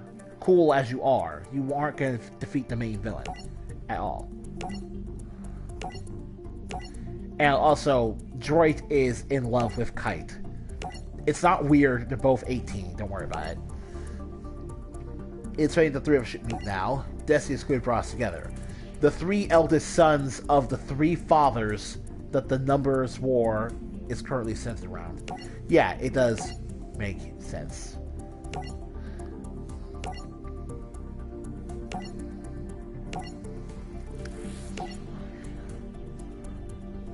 They seek revenge against their father, Dr. Faker.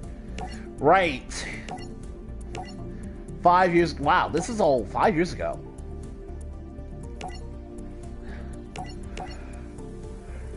I was two souls every day. Well, how could we have Faker betrayed them?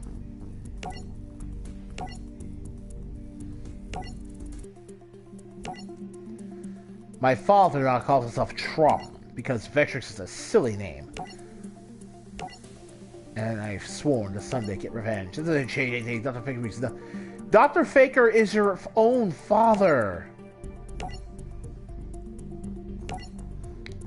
You don't care about your own dad. That says a lot about how messed up your situation is, dude.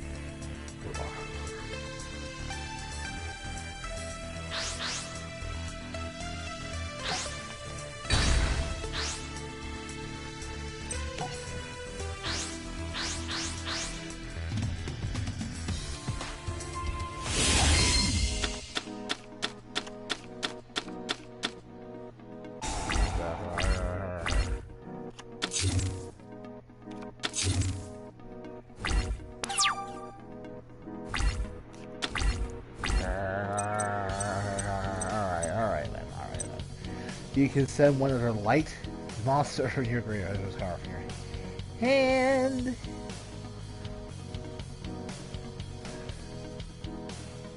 Alright, let's see here. After the effects. The Scar Galaxy Wizard. Yeah. Activate Galaxy Soldier's effect to add Galaxy Knight. But yeah, I'm going to use some Brilliant Fusion again.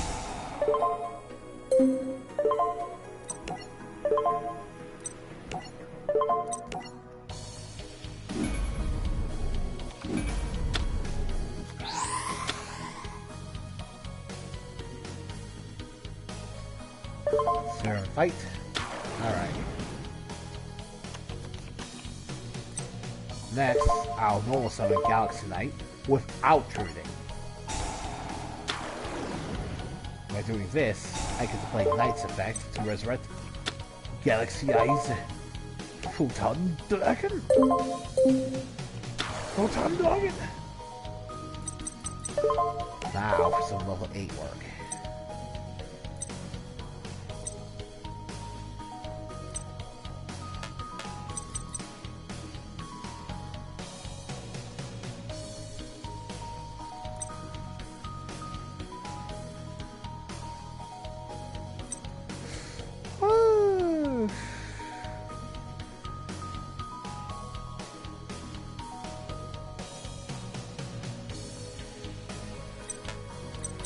Alright, let's see here. Let's actually start with this one, because that's such a cool book. I love this Xyz monster. Divine Dragon Knight Felgren. So awesome.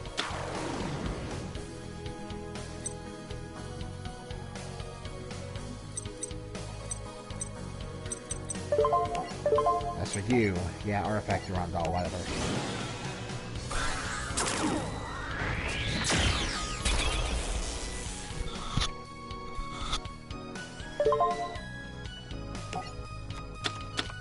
Nice.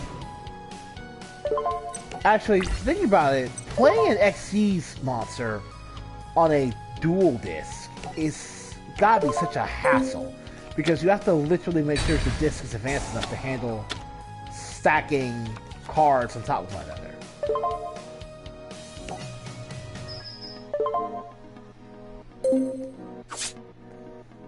It's so weird.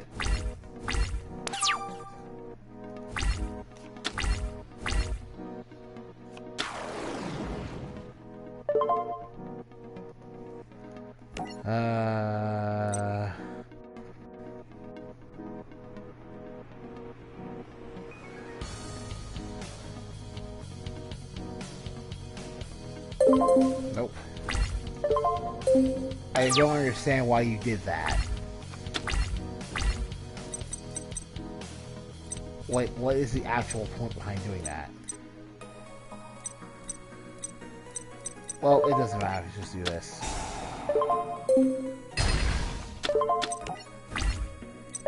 Durandal attack.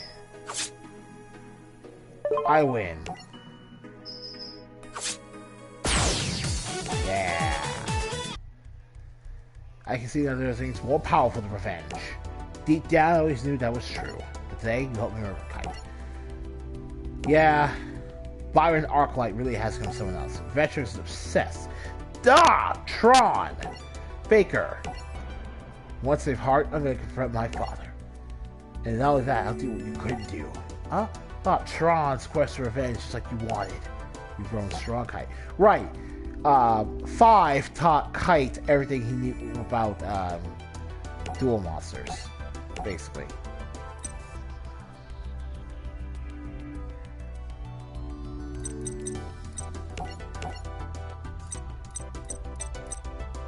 Alright, man. Not that much longer to go. Kind of a shame we never actually got to see Galaxy as Photon Dragon attack, but whatever. Alright, time for the grudge match of the century. These two have history together. We're about to see that history play out like no other.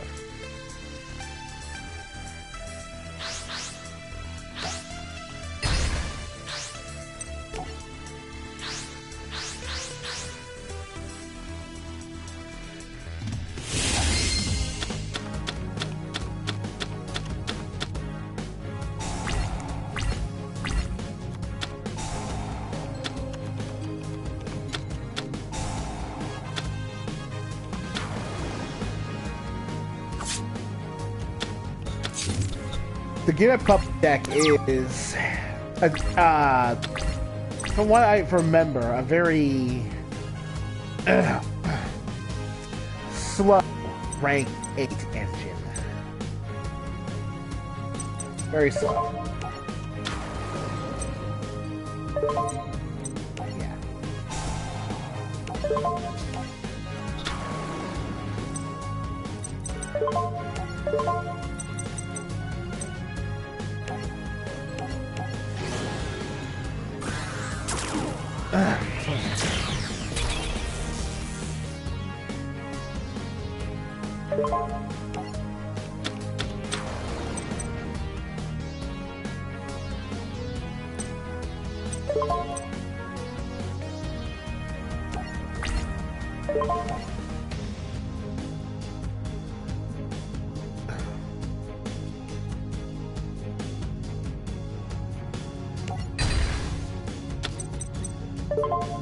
All right.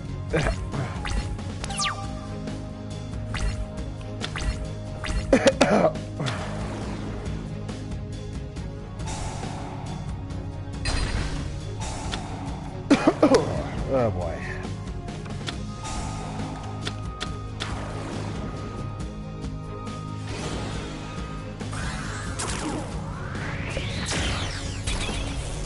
Whew.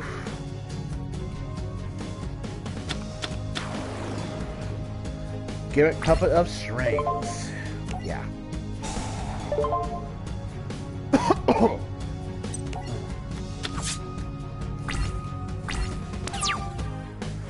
Ooh.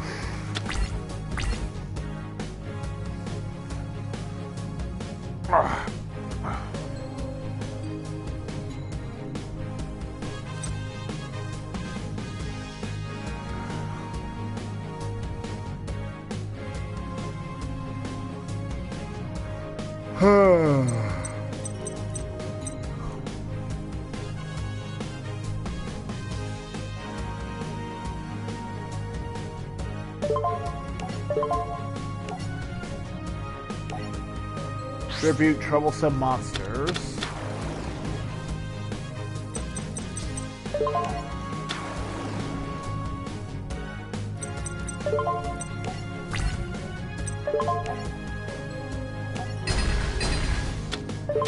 Alright. Whew, okay. Yeah. It's so nice that Gamashiel is a sea turtle monster. It's so nice.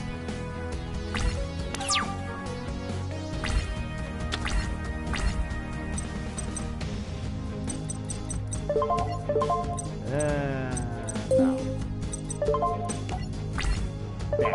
Damn it, Jake!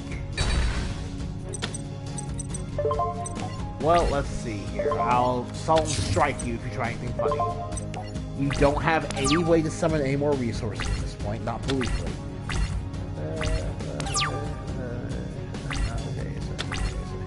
Yeah. Anyway, let's go. Attack! Nope.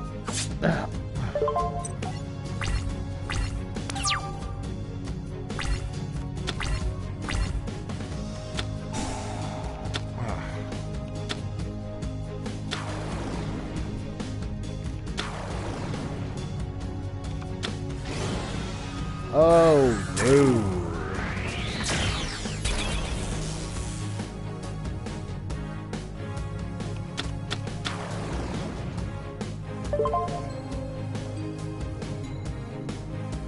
Oh no. Yeah. Give me a puppet of swings. Give me a puppet of Solemn Strike. Take that. Actually, genuinely surprised he managed to summon a level 8. Really, really surprised there.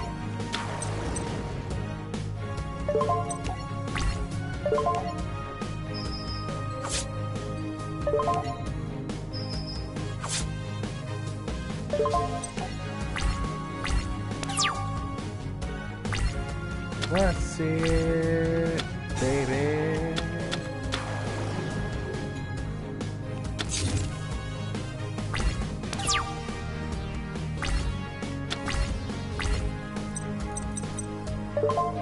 Oh wow, look at this. You had nothing.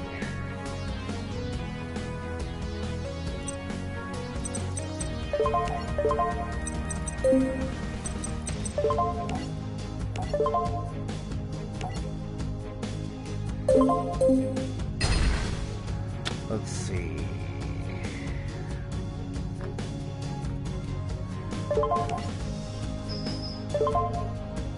Nope, that's it. Whoa! Oh, that would be a problem in any circumstances, but there's no other card to destroy except yourself. Hey, you almost had another turn there. I'm sorry, Shark. Please forgive me. Yeah, I don't forgive you. Wait, but you're a Yu-Gi-Oh! Protagonist. You need to forgive me. So, yeah, it wasn't actually Thor's fault that Shark's sister nearly burned to death. It was actually his ridiculously evil father Tron's fault.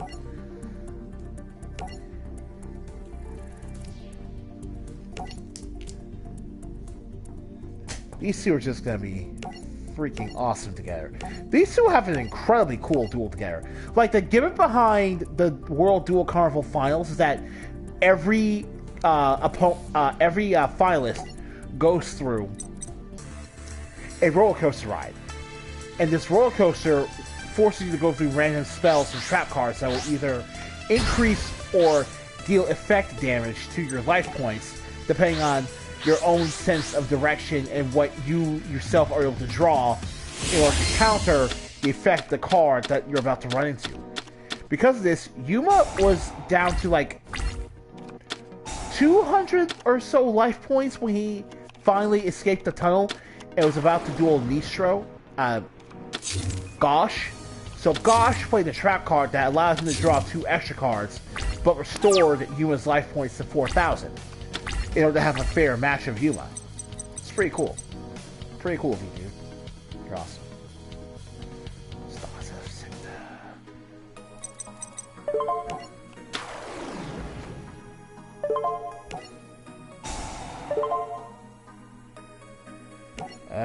Let's see here.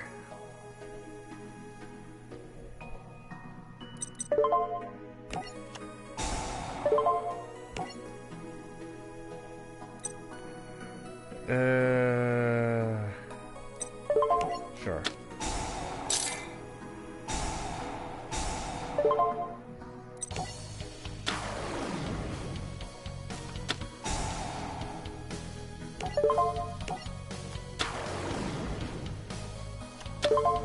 Yeah.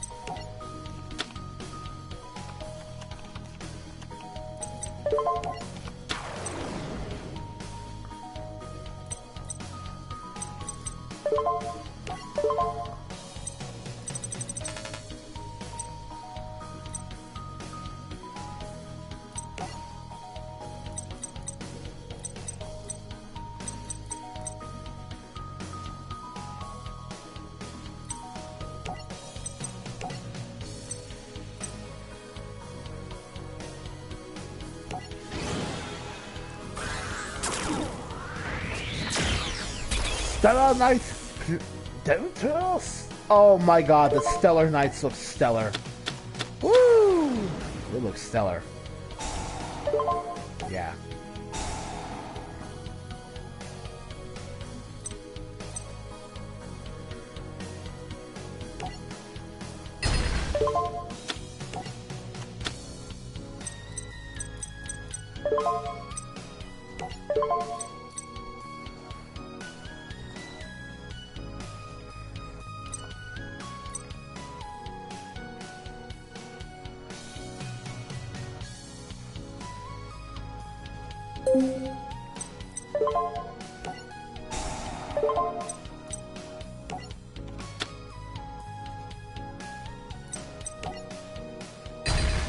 Oh, Blade Bouncer.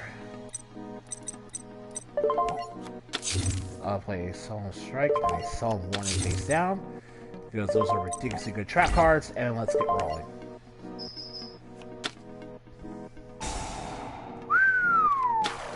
Oh, man. Nah. Alright. Alright, that's pretty cool.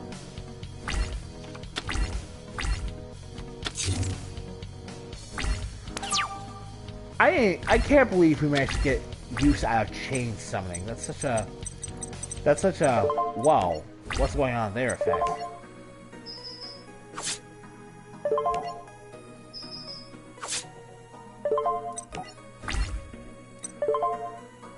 Alright then.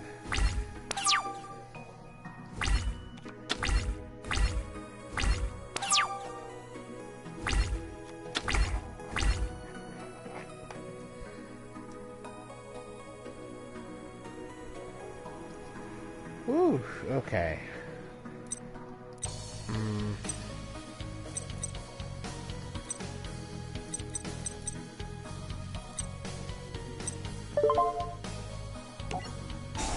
I'll do this in case there's something else going on. Nope.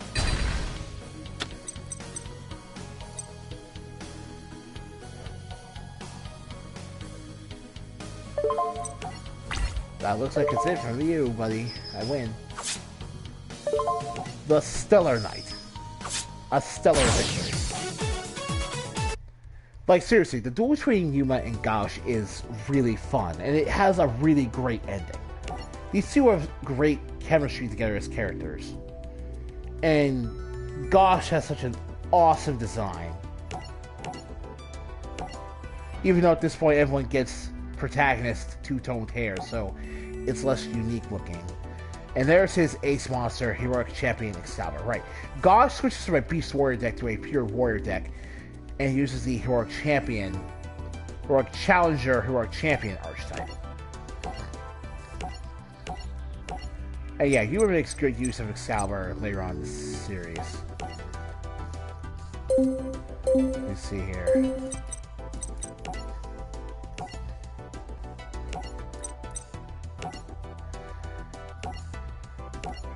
Oh, here is Shark becoming evil again, due to the number monster that Shark currently uses, Shark Drake, and its evolved form, Shark Drake Vice.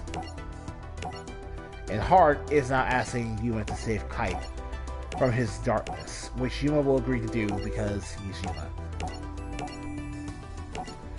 Like, if I have to rate the 3 protagonists so far, I'd say that Yuma is the worst protagonist so far. Kite is an okay Kaiba clone, but Shark basically raised the bar for what the Joey clone would be like. And yeah, Shark is a Joey clone. Don't let anyone fool you into believing he isn't.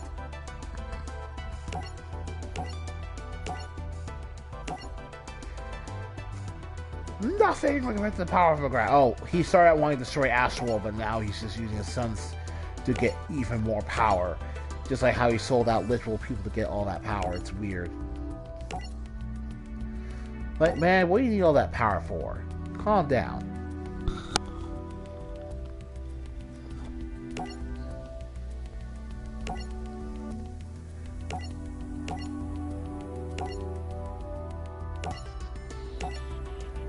Yeah.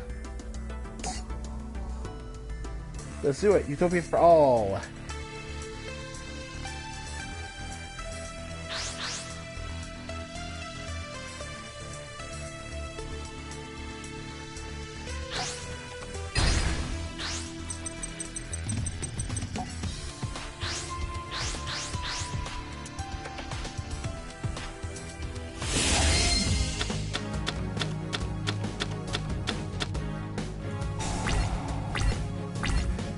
Really, when it comes to this Utopia deck, it's the Star Seraph monsters who are like who are the real stars here, because they enable so many of my plays. It's disgusting.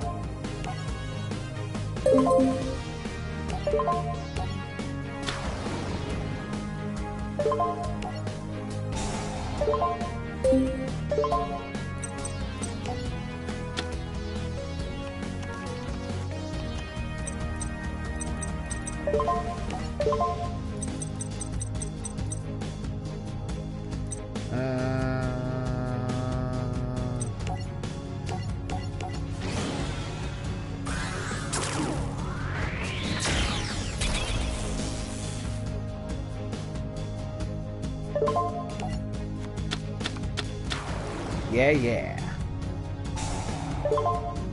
Oh, yeah.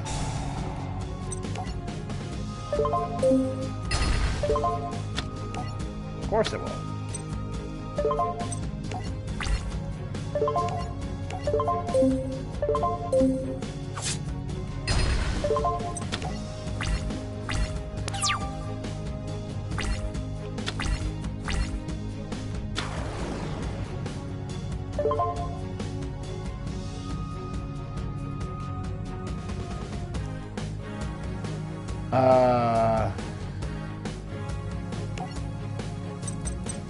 Why are you...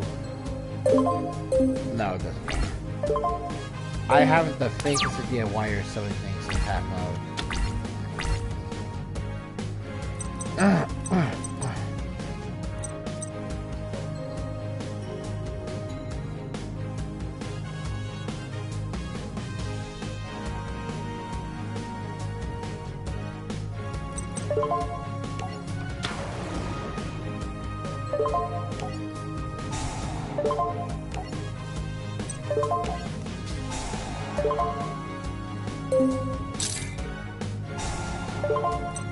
Alright.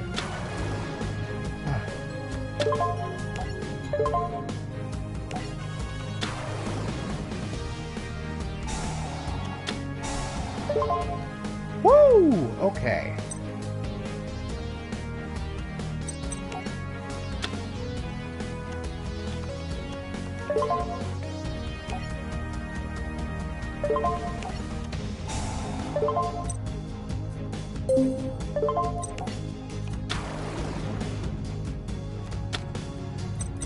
Oh my god. Let's see here. I have yet to play you, so let's do that. I have the perfect excuse for that.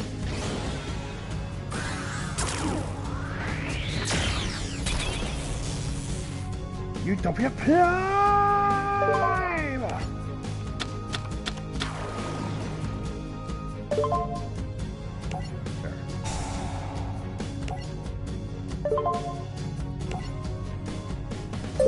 No.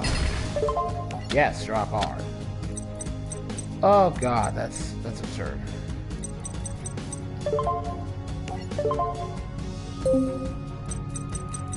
Alright,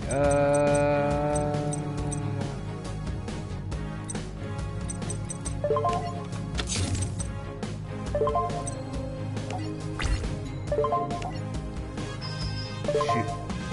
Those? Now, Utopia Prime is called a Shining number, and those are exclusive to the manga version of Yu-Gi-Oh! Zeal, where the Shining power basically depicts the Chaos Variant power that Yuma uses to upgrade his monster Utopia from Utopia to Utopia Ray.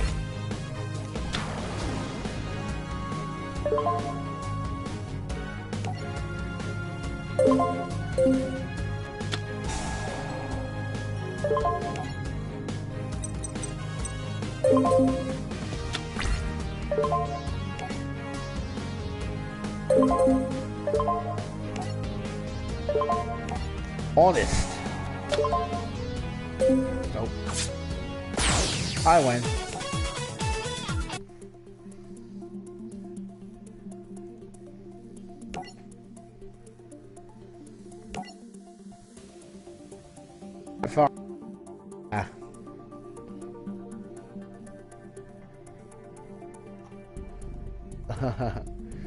My soul can be lost forever, but you never give up on our friendship. But I never give up on friendship either. Just promise me this. We'll defeat Tron together. Sphere of Fear. Here we go. Unfortunately, yeah. They had an awesome duel, but Kaito was no match for Tron. Because Tron has a couple of Xyz monsters that are just so good for countering anything.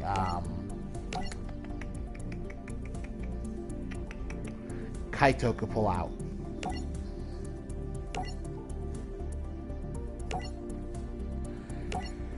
And unfortunately, yeah, Yuma is just giving generic hero speeches about, yeah, this is for my friends and stuff like that.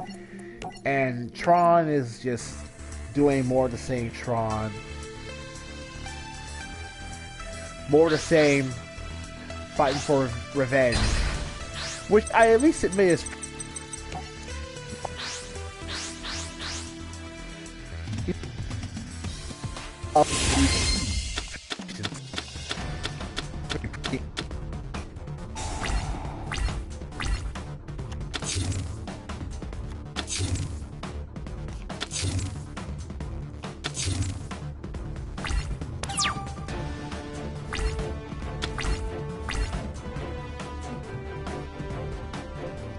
Alright then.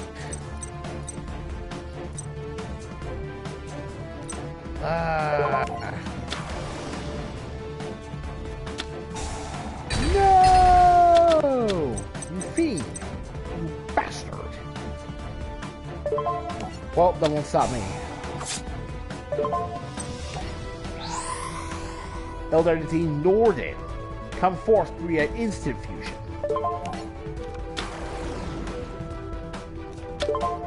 And then we have Norden's ability to resurrect Sorcerer Scale.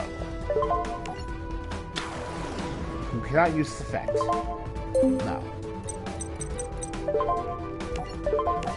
You can use Hat Tricker.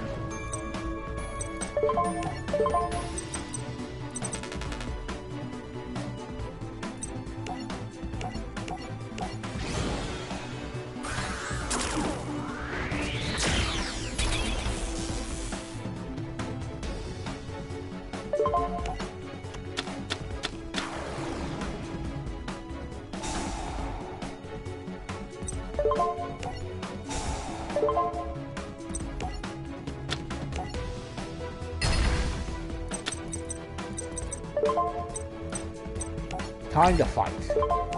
Battle!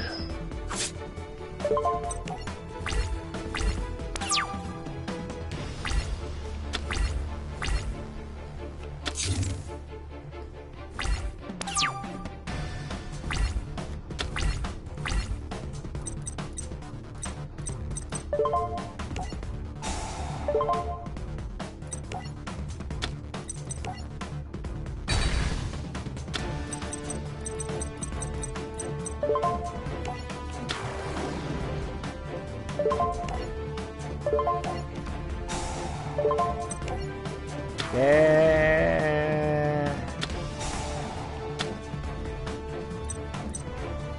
Oh.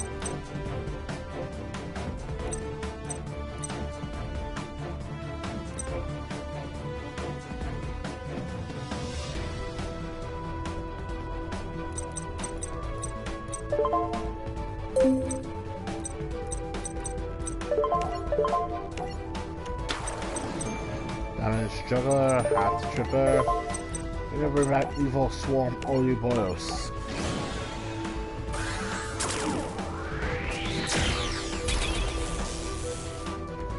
Ooh, oh boy. Yeah, the season is gonna be a long one. Because it's really just... There's really no...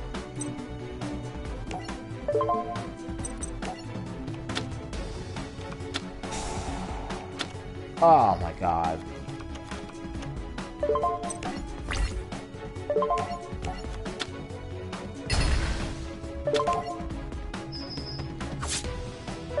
Alright.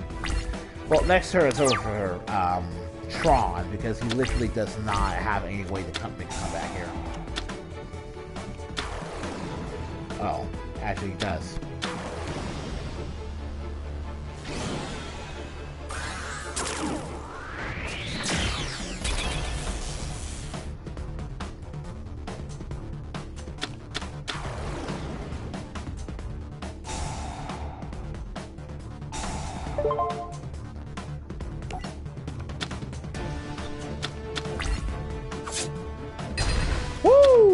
Okay. I was not... Oh, that's a comeback.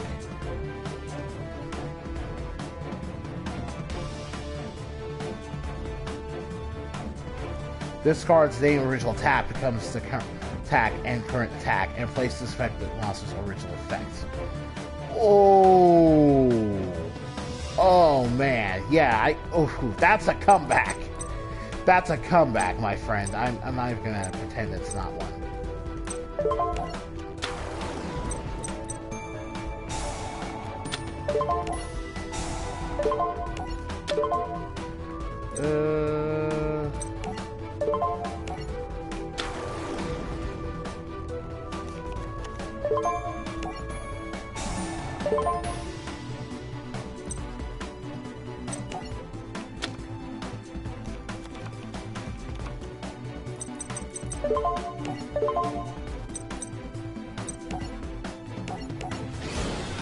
Almost time for Utopia!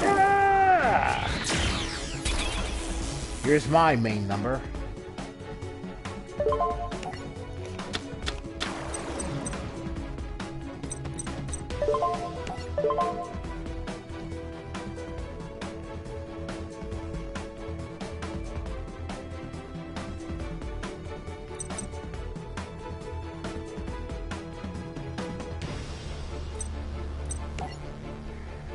So I like it, but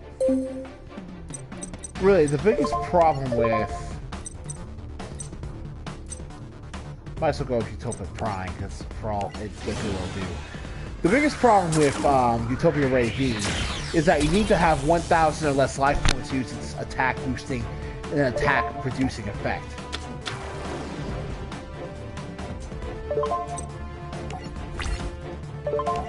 Which doesn't mean much.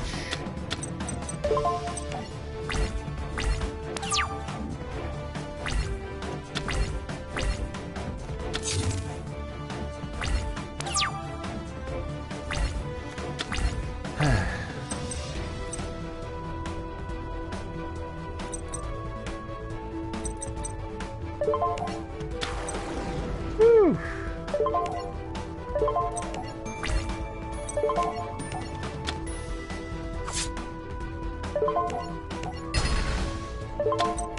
Alright then. Come on. Come on. Unicorn. Oh no. Genome Heritage.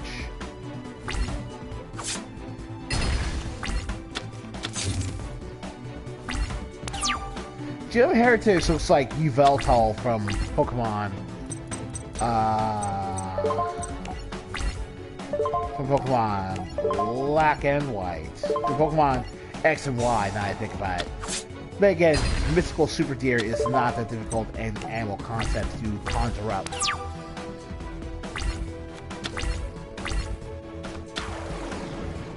Burner's Falcon, Beast Unicorn, best. Another Genome Heritage. That won't help you though, because... Oh no, wait. Reduce to 0. Oh! Oh boy. Oh boy. Oh.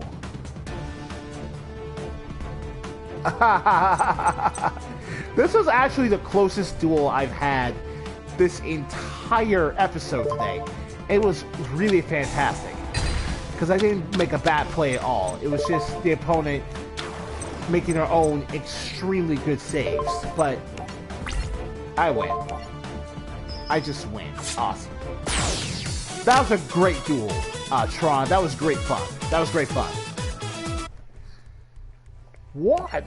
No! Ha! The Arclights were defeated. This is not the outcome I anticipated. But it does make a difference because I'm going to strip them the numbers anyway. Oh, right. At this point, Human Astral can do the fusion dance to become a Super Saiyan, and by doing that, Yuma gets Shining Draw, the power to create absolute miracles in every one of his duels. Mostly because Shining Draw lets him create new Zeal weapons to allow Utopia to escape the perilous situations Yuma's found himself in and ultimately end up winning the duel from it, or in his case against Kite, drawing the duel. Yeah, look at that. Super Saiyan Yuma. That's weird.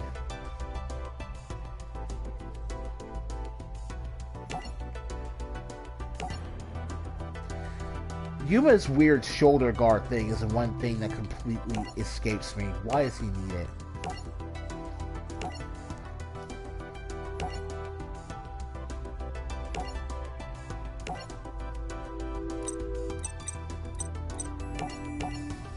Yeah, it's the grand finale for today's episode. After we do this... By the way, Faker is so powerful that Yuma, Kaito, and Shark have to team up in a handicap match just to stand a chance against the guy. And it's so weird.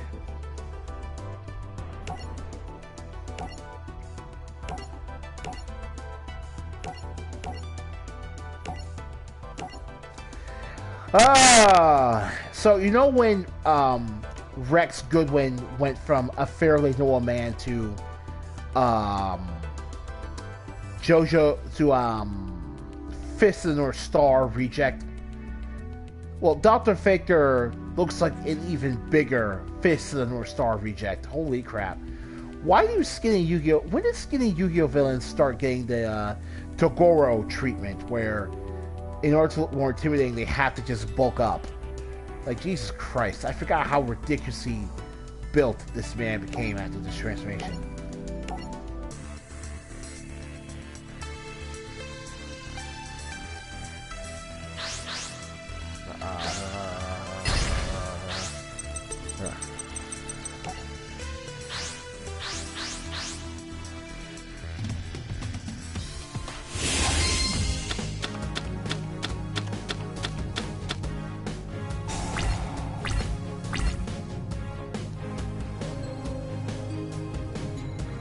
Let's see.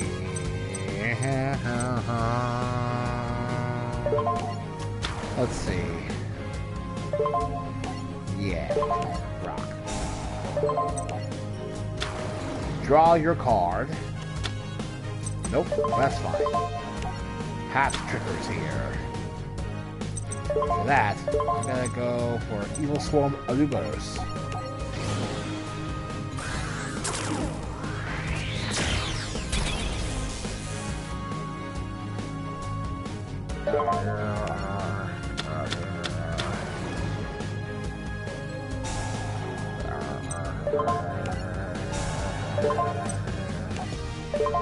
Alright.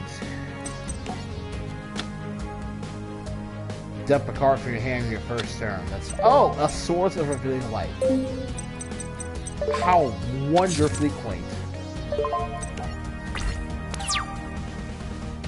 How wonderfully quaint. You can't do anything, so you're gonna set cards. Fine.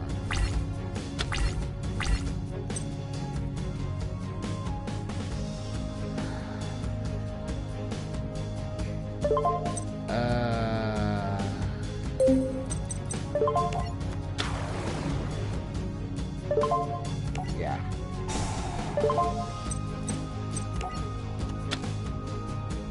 Add a scale back to my hand. Let's rock.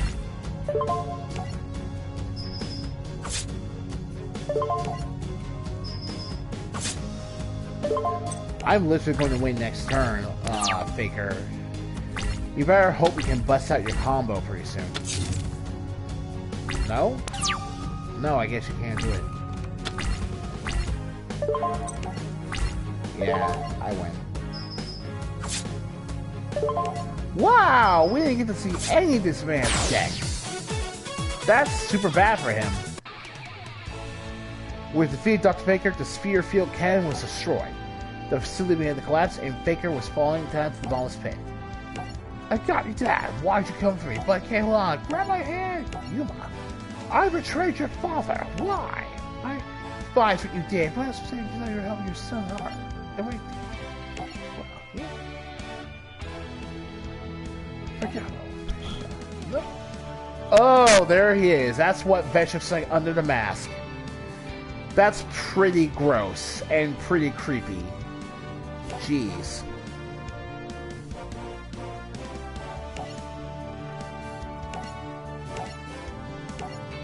And a flash of light, Tron teleport everyone to safety. What?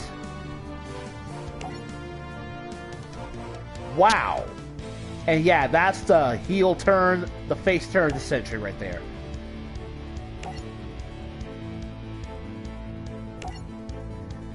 And everyone lives happily ever after. Because after this, Yuma has a rematch against Kaito that he definitively loses. Because Yuma is never allowed to really be good at all. But that's about as far as we're gonna get for well, right now. It's almost 2 in the morning. And I really want to get some sleep. So thank you guys for joining me this early in the morning, if you're still here. Leave a like and subscribe if you enjoyed today's episode, my commentary, the duels, my decks, whatever. And I'll see you all next time we hopefully conclude the remainder of the Yu-Gi-Oh! Zale campaign. This is Very Millman signing out. Tell you all to tic-tac-toe Bingu, I guess.